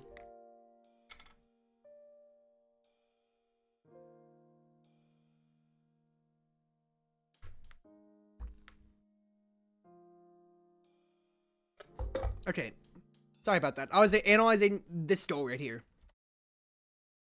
So, when it comes to... I don't know how much you missed, so I'll just restart the analysis. So, no complaints with your gameplay immediately here, and your demo pit means you want to just keep forcing, yes. So, win your war, as always, and your firewall sentry, great cutoff angle. This really makes it odd for him to defend here. But then, the only complaint I have is your positioning here. Because your Juliet is so low on stagger, and you're waiting for a play to come by to you again. The fact is, like what, your glitch pop is good here, but you need to start moving. Because your Juliet has to fall back to the orbs or risk dying. And with the prize fighter on the table, it is really bad if she dies and then the enemy forwards get the cascade advantages. So you need to be moving down now. Because look at this. You're expecting a play to come by, right? Where's your positioning? You're expecting the play to come by. You're expecting the play to come by. Jazan literally just did the slip. Pop retracted past you. And then, you're still holding forwards, not marching him at all. He gets the barrier for free, and you didn't bother to cyber swipe backwards, or glitch pop, or go backwards and physically move past him. Now, you get buffered on the play here, unfortunately, and this is unfortunate, and this is another unfortunate interaction. As you're winding up your cyber swipe, Juliet hits you, buffering you and knocking you into the corner, which is a certified Zentaro moment. And that's something that you really can't say too much about because you got buffered out of your hit. But at the end, it's just... That's just right, unfortunate. You really can't do too much more. Because you had the idea and then it just fell apart. Alright, tried to win the war, didn't work out. You're playing respectful of Juliet, but you're just letting her move in front of you once again. Help out your Julie. You get the orb. Where's the play? Firewall sentry. Good. Good. Glitch pop. Nice! Nice! Now you have your free cyber swipe. You need to use it earlier to carry the play. I don't know why you parried it down. For glitch pop, Just keep it in the corner. It was fine in the corner before. Oh, geez. Well, structure advantage is over. Optimistic hit. What are you doing? Your Julie has no onus on the play. Use your Firewall Sentry. Use your Firewall Sentry anytime. The enemy Juliet has her burst. You should be using it. What is that? What is that? Firewall Sentry anytime. That is so late. It has to wind up. It's a free 50-50. Burst, burst, burst. Oh my god, dude. No. No, no, no. What is that round? That is a horrible round. So you don't win the war because it doesn't spawn down below. What more can you say? Dude, your firewall sentries have been good to open the barrier. So why aren't you using it to guarantee the goal at this rate? Just right here, at this point. If you use Firewall Sentry now, you're going to put stagger pressure on the enemy, and you're guaranteeing you can at least push it on. Instead, Rune commits his secondary, and then where are you on the play? Juliet takes all of the brunt of the play, because the fact is, with you holding the midfield so much, Juliet is constantly getting forced out, and she's constantly have to fall back and potentially be staggered out and KO'd here. It's a good Firewall Sentry here, but past this, you need to be more active on the field, a lot more. She gets the kill, but then look at this. She's getting punched out, and, well, you need to be more active. Sorry, why'd you send it down here, for instance? If you send it in the corner, your glitch spot's guaranteed. She is not at the bottom, dude. She's not at the bottom. There's nobody at the bottom but enemy Juliet. You sent it nowhere. Yes, you hit it with your glitch pop, but it would have been safer if you just did it in the corner. Because now, look, the onus of the play's gone, and instead of going down to hold it, you go up! Why'd you go up? The core is not going up! The core is not going up! Oh my god, dude! Yeah, I will! I honestly will, Austin! You're making my throat actually burn. I'm gonna probably need a cough drop after this. That glitch pop is prospective, but if you hit it towards your Juliet anyway, you probably didn't need to burn glitch pop. But I'm going to beat you. I'm going to beat you with your Firewall Sentry too. It's off cooldown. You can keep the core here. It helps alleviate pressure from Juliet. You hit it towards the corner of the dribble. Where is it? Your abilities aren't on cooldown. You lost onus on the play. Your Rune lost strike shot. Dude, enemy Juliet is on burst point. Use it to force her down, to maybe cyber swipe her on the edge, to force her to evade. Get her away from burst. Just she gets a free force with with Dash Punch. Because you didn't use any abilities, you were cowardly. Even though you have all abilities, your Julie dies. Where is it? Why? You cyber swipe. You gave up the entire onus of the play. Now it's a burst for burst. Cyber swipe guarantees it stays in the corner if you hold it. But that is, dude, these angles are to keep the core here to get the barrier. But with no barrier and no teammate, that doesn't hold shit. Your burst is here now. Burst to hold control. You have an easy demon angle because now it's up top here. Like, look at this. Now it's holding up top. If you burst and demon angle, she can't cover. Hit it on the corner. I went over demon angles in my dribbling guide, for instance. And nothing happened. Nothing happened. Nothing came from it but woe and misery. Oh my god, no, dude, no. Well, when it oughtn't, I guess. Yeah, you should have no excuse for that cyber swipe. I'm gonna be rightfully mad to you about that. Alright. You just gotta pick it up, though. Good dodge. A little too far forwards, but I can't fault you there. You had good ideas. Flame Fury to guarantee, falling back, because you have no cooldowns. Glitch pop. Dude, burst defensively. There's two of them on you. Get out of the way. Good. Force it into Now's hands. Yes, she had the burst. You denied it. Where's the firewall? Where is the sentry? You've held on. Were you saving the sentry for last round? Good cut off. Now cyber swipe it. Guarantee it. Good ideas. Execution's a little rough, but it's good ideas so far. Use your abilities to hold it. Use your abilities to hold the core. Nice carry attempt, but the fact that you're staying so far back means Juliet is so pressured. She can't hold the forward line by herself. Help her with pressure. Because you can only do so much when she's pressured out. Because she's taking damage the whole time. Get yourself in the face. Because fact is, even if you commit, you can cyber swipe backwards. You can glitch pop backwards. This Firewall Sentry is good, but cyber swipe to guarantee that you stun now or glitch pop in now's direction to guarantee. Why'd you glitch pop up when the firewall is going to cut down the up angle? I need to go back to analyze this entire round. So cyber swipe's a little too far forwards. Can't fault you there. Burst to guarantee it at that point then.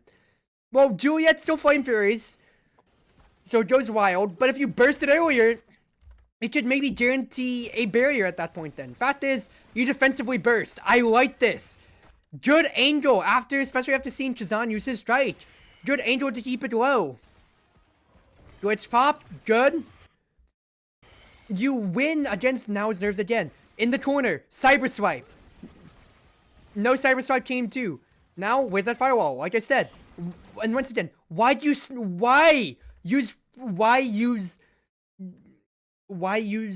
glitch pop up when your very own firewall sensor is cutting off up? You need to cut off where Now is hitting. Better idea is to use glitch pop where Now is, or cyber swipe where Now is, so you stun her with either ability. Instead, it hits Julie to no effect. Your firewall sensor was already hitting Julie. It goes wild right there. Cyber swipe's late. Can't fault you there. You pick up the orb. At least that's decent. It hits, unfortunately. And the thing is here's the problem that I'm really seeing. Every time you hit it at the midfield, you fall back. You have rapid fire. You fall back to your third of the pitch when you should be on their third of the pitch when the core's up there. Helping out Juliet. Does that do it? Pop Retreat hits Juliet. She gets hit with a dash. She's Flame Furies to try to keep the pressure on. She gets hit. Pop Retreat misses, but then she gets dash punch. She's taking all the pressure because all the enemy has to do is look at her. Because you are not presenting yourself as a threat on the field. Move forwards. Rune can defend fine. He's been doing fine this whole time. What you need to do is help the offensive pressure, because you're making good plays when you find your force angles, but otherwise you're playing so passive. You're not even standing at the midfield line for your magnetized souls to pop off. Cyber Swipe control the core. Nice ideas there. Trying to cut it off. You had a good idea, but the fact is, once your Juliet's dead, you're running back and forth to try to man march, and it's gone. Trust your goalie. Move forwards. You took magnetize to force the play, and you have demo and force size. You can force a lot more than you think you can, and your goalie's been doing great. I swear, if I see you take Egoist, I swear I'm going to throw a hissy fit. Thank you. Thank you. Yes, it denies it from Rune, but Twitch Strike is on the table for him, and he can even take Chrono as well. Area was actually does he strike shot Rune. Yeah, that's great.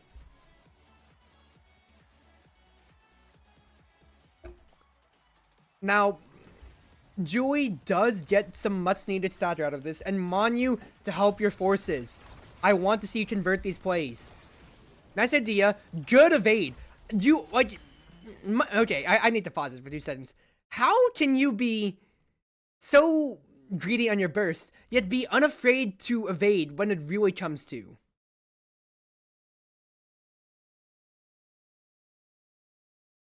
How can you be so active on wanting to evade and being able to evade, but not being active on bursting? Like, your evades have been really good, but your bursts, besides your defensive one, have not. At least should have been way sooner.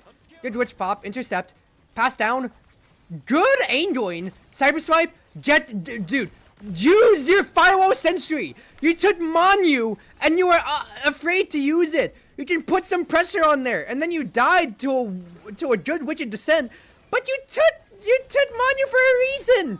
Use it, force the issue, use it now, use it now. Okay, the angle was bad, but you had good intentions. I can't fault you there. Why are you letting Chazan's jet in front of you? You have a striker advantage, jet in front of him. That way you don't have to use, dude, why are you falling back? Why are you falling back? You're letting ping pong happen between Rune and Julie. Be proactive, you're playing so passive. You're playing so passive, help Julie, help Julie. Move up in the third a little bit more. You better be thanking your stars that Julie picked up the slack on that set, my dude. You better be thanking your stars.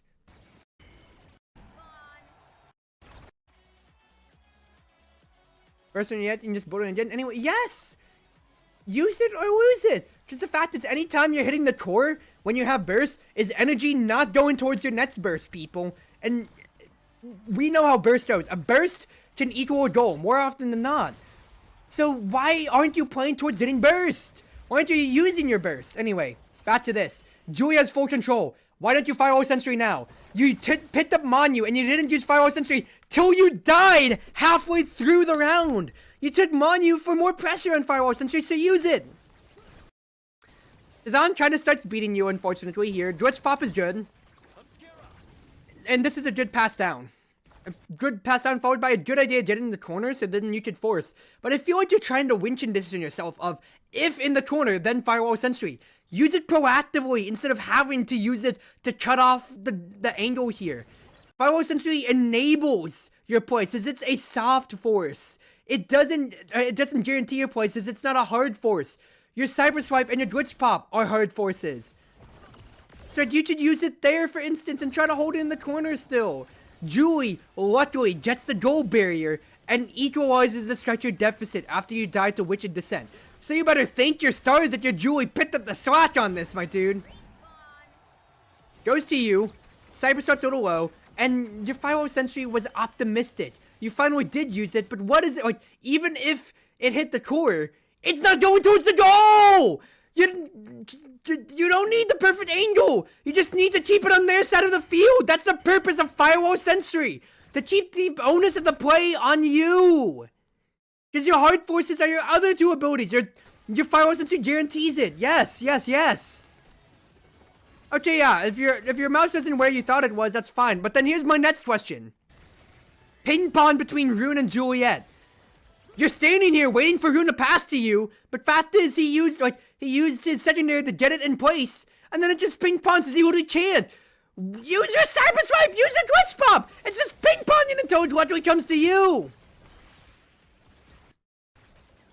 Then you're trying to hold your Cyber Swipe, waiting for an angle here, but you're still falling back. If you fall back, guess what? Now is marking you out thanks to the Sentry. Move forwards to their third, so you can threaten a Cyber Swipe, because you don't have Super Surge, you don't have Aerials, you don't have Chrono Boost. You need to move forward so you can get in range for a Cyber Swipe. You need to get in range for a Glitch Pop. Move forwards, especially with your Juliet staggered out. You need to alleviate pressure on her, because you're not in position. Chazan man marks you out. You wanted your man marking here. You're getting torn apart. And rightfully so! Juliet won that round for you, and you should thank her. If you find her in game, you should thank her. Dude, my throat is hurting. I'm going in on you with all the love in the world, but some of these plays have been trash! Every OS search for suits to shake their head at I mean one trick, assuming one trick. I mean, I'm not assuming a one trick. This is like, what? You want to focus on your positioning? I'm going in on your positioning for good reason! Only time I'm gonna stream like this is Orange Juice. And quite frankly, I have way better reason to stream at Orange Juice here. I really hope you win this game. I really do. Because you have really good ideas for plays. Okay, Jazana's Egoist. Forced to play. You have the good idea there, and you committed for it and died for it. It's whatever. You went for the play here. Now, can Rune. Really good burst by Rune to just stop Kazan from ever getting control. And great stuff. Great stuff. Look for it. Good. You stopped. Why'd you stop moving? Guarantee it. Oh my god, no. It's not over until the play says it's over. Firewall Sentry. Yes. It stops the burst. Good. Good, spot backwards. Great. Good plays.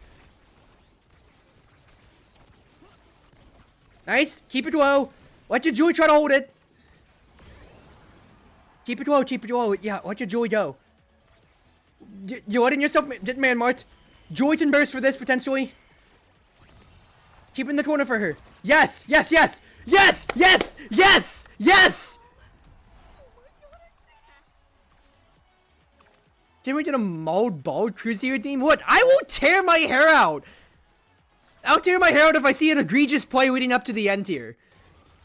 Actually, I should have been tearing my hair out earlier, quite frankly. I really should have been.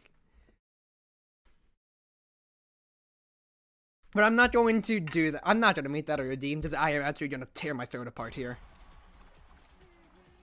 Nah, Bolden. You let me Bolden? I will bold! If I see an egregious play that loses you the game.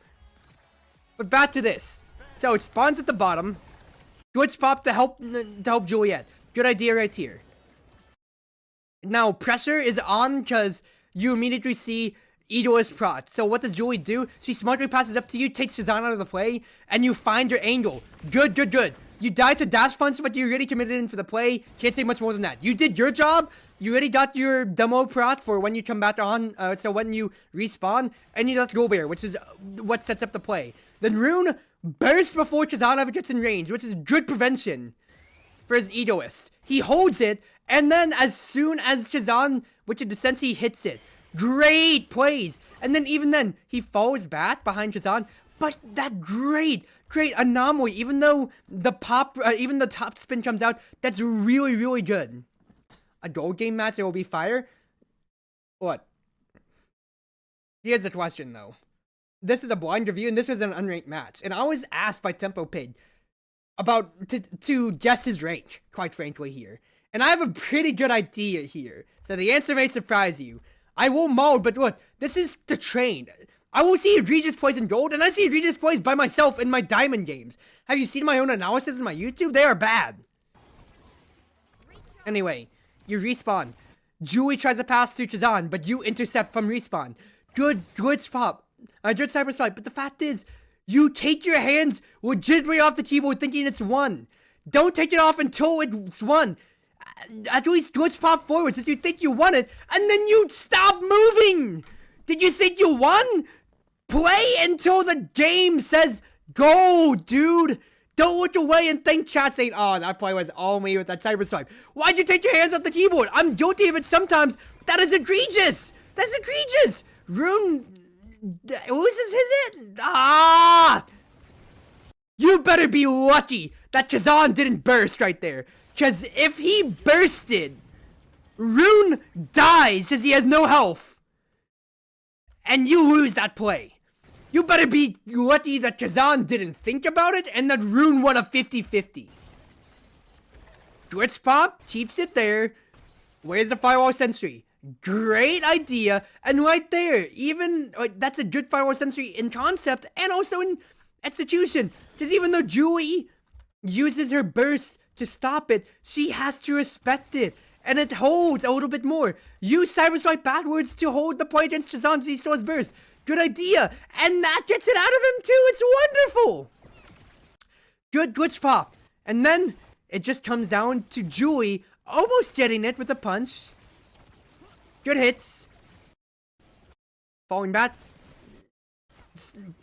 Wait, you don't want to grief your goalie right there. Julie gets the dash punch of the lifetime, and then it just comes to her. She's so close to burst. You hold the middle a little bit if you can. Just keep it towards her, and then it just goes to Julie with a great quarter shot. Great. I'm really rooting for you here, dude. I hope you win this game. I really do.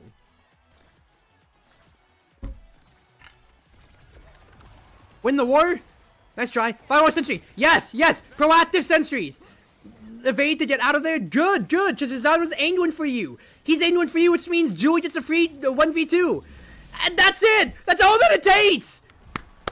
Congrats, dude. Congratulations. Good. That was a fast round. So I don't think I need to analyze too much further than this. So, congratulations on this. So glitch pop to try to win the war, and even though it wasn't the best, your perfect angle, you put the Firewall Sentry to force everybody in the team to get into the corner here, allowing your Juliet to move up and pressure you. You get hit with the with the punch and the top spin, and you evade to survive. That way, even if you do die, you still possibly have a burst coming up and crucial you don't die, which is great. Because even if you don't get the gold barrier, you put a lot of pressure on. Chazan's devoting everything. Top spins out, the slips out, wicked descents out. He only has Treacherous Leverage to try to pressure you. He's out of position. So Juliet, by virtue of having nice edge, is able to get the core and win her 1v2. Just that. Nice edge, hits the corner, and then even with proximity drone, she gets a dash punch guarantee. You get a glitch pop to hold it in the corner, and then it feeds to her afterwards. Good survival instinct, and that's just a better Firewall Sentry at the end. Congratulations, my dude. Congratulations, Tempo Page. Well-earned victory after all of that. My main takeaways from all of that there is once again, you have really, really, really good ideas, but your execution is off due to a variety of reasons. You're newer to IME, like you admitted, so I can't fault you there. So you don't have the muscle memory of knowing how far your cyber swipe goes, how much it winds up, knowing that Firewall Sentry needs to shoot pellets all the way, like your glitch pop range, for instance. But you are very unafraid to use your abilities when they're off cooldown to like win the first strike war, which a lot of people, myself included, really are very squeamish and afraid of doing or burning your abilities on that end, which is really good to keep the pressure on. And you have your clear idea of what a win condition is. It's just that anytime you aren't in win condition range, you are floundering about. Your man marking itself is not covering passing lanes. You are standing open and trying to play as a forward, standing on open lanes when the core is nowhere near you, and when you are not man marking, you're leaving your goalie to a 1v2, or you're leaving your other teammates to a 2v2, when you could easily get in between. Because especially with IME, you don't win your man marks, you cheat your man marks with your range and with the fact that glitch pop and cyber swipe stun. That is the biggest criticism, because every time you're standing in the midfield, whether greeting for an open lane and hoping the rune can pass it to you, or trying to make use of magnetized, or trying to pay respects to your enemies, which honestly, they weren't even pressuring you that much. They were pressuring your Juliet, who was face tanking for you the whole time. So you weren't even in kill range unless Kazan got a really good combo off you to begin his core control game. Fact is, you griefed a lot of positioning, and there's a lot of times where you could have used not tempo swing. You could have used glitch pop earlier or Firewall Sentry earlier to help core control. But I think that's just because you weren't as confident when it's just when all three of your abilities work in tandem with each other to slowly carry the core to the enemy side before forcing it, soft or hard. I think that's just a little too scared for yourself. Because, yeah, okay, yeah, exactly so. You kept trying to greet with magnetized souls, but you keep backing off when you only got dash punched 0 times. You died to freak accident kills. You died to a top spin accident kill. You died to a dash punch buffer after your glitch pop. And then you died to a sentry drone knockback. Otherwise, you really didn't die at all to any dash punches or to a Chazan kill, besides his second pop track when you had burst, and I got mad at you about that. You weren't under any intrinsic kill pressure, so you just kept backing off for no reason. Same with, like, even when you were using magnetized souls, and your Juliet had the core control, you kept falling back to your side of the field without even using any abilities instead of going forwards and trusting your goalie to hold the line. You may be a midfielder, but the fact is, if the core comes to the midfield, your job is to push it. And if you stay on their third, you keep pushing it into the corner. You keep pushing it towards your Juliet. If it falls past you, 5 people are clumped up on the enemy's team, on the enemy team's side, whereas your rune is completely there, for instance. Would you mind if I submit another game where you're more practiced with IME? Yeah, I wouldn't mind that. Though that would be another like 2-3 weeks away if I get more people sending me in VOD reviews. But I would gladly take that to see how much you've improved on that end. Now, to answer your burning question, because it was included in your email, you wanted me to guess your range. because this was unranked and you said it was, like, you wanted to play it unranked for a reason. My immediate thought process is, you have good ideas on win conditions, you have good ideas on trying to force, and you were playing altruistic enough to pass to your teammate, even though they weren't in position at all times, but I think that's just looking at Torn, not looking at your teammate. If you had to just your silver, I would actually give a lot more credit, because quite frankly, like, look, there was good ideas, there was egregious positioning plays, but there's reasoning behind some of them. And really, because I'm a magnetized Souls defender and I read for a lot of it, standing at the midfield a lot of the time was very much so magnetized Souls gaming. But otherwise, when you had your game plan going, you were popping off. It's just that you were very much so a plug and play striker. When you plug in and see, you're a plug and play A to B striker. As soon as I saw, okay, I see I'm on the enemy Dolmouth side. I'm going in with all of my abilities and whatever, stuff like that. Then you use all your abilities. But until then, you just kind of were playing too passively. And not even for fear of the enemies, because your evades were really good. You read it on burst, but at the very least, you picked that up otherwise. So from the combination on the positives of winning first touches, which is very, very important, evading when needed to, fearing for your life, and understanding win conditioning alongside trying to pass to your teammate when you could, those are really good. And then your negatives are really things that people do all the time. Not understanding proper man marking, greeting for magnetized souls, holding on to your bursts. Those are common issues as opposed to really egregious ones. The only egregious one that I'd say is you falling back on magnetized souls, quite frankly. Oh, you got your ad starting. Yeah, I'll wait you out.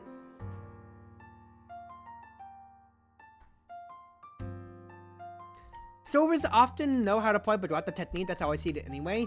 I see half and half of that, quite frankly, in my opinion, Austin. Silvers will understand either one of two things. Understand how to pass or understand how to win condition, quite frankly. If they understand how to win condition, that's when they're playing Ets, that's when they're playing Juliet, and can easily hard force. Otherwise, they're midfielding, like with Estelle, like with Juno, and can understand how to pass to themselves or dribble enough. But quite frankly, Temple Pig played well enough to understand win conditioning to a level of wanting to force the goal barrier, for instance, and knowing what makes Aimee good. And the biggest things that stick out to me, once again, the marks of higher player, is winning first touch, because that is so important in dictating the tempo of a map, which he constantly did, and being unafraid to evade, even at full stature, to stop combos. Even though you did die, that was to freak accidents, you were otherwise making sure that anytime you were getting really comboed, you evaded, even after getting hits. So quite frankly, I would honestly, and once again, remember, this is like almost first time Aimee, or not used to Aimee here. I would, if I'm not counting low, medium, high on range, so like low bronze, high bronze, medium bronze, I would wager to guess you're platinum. If I had to guess specifically, I'd put you smack dab in the middle, quite frankly. Because you say you were Juno, you say you played a lot of Juno here, right?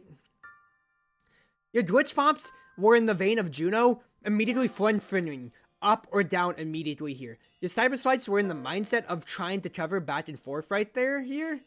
Yeah, full kind of guy, so I guess lower. Fair enough, fair enough. You're really close to low plot? Hey, whoa, actually, that's a pretty good guess from my end. But the thing is, once again, you have the marks of what a good player should really do with first touching, with not being afraid to evade, and win conditioning, right? To keep repeating over and over again. Not to mention passing altruistically. But you are falling short on some short-sighted plays. So like the first sets, for instance, you're really struggling along when you kept trying to pass to Juliet, but she had to keep going and getting orbs to survive, so it went to nobody.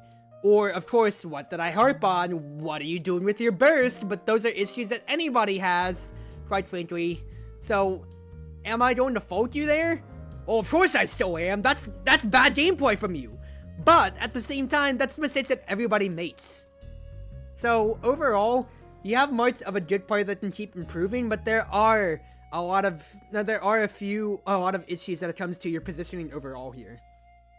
I picked the really rough matches I wanted my bad habits to show through so I could get accurate commentary. And the thing is, people like to send in their good matches, but there's a lot of things that can go right in good matches. There's a lot of things that go wrong in bad matches, and that really showcases what you do underneath that pressure and underneath that panic, like you said before in set 1.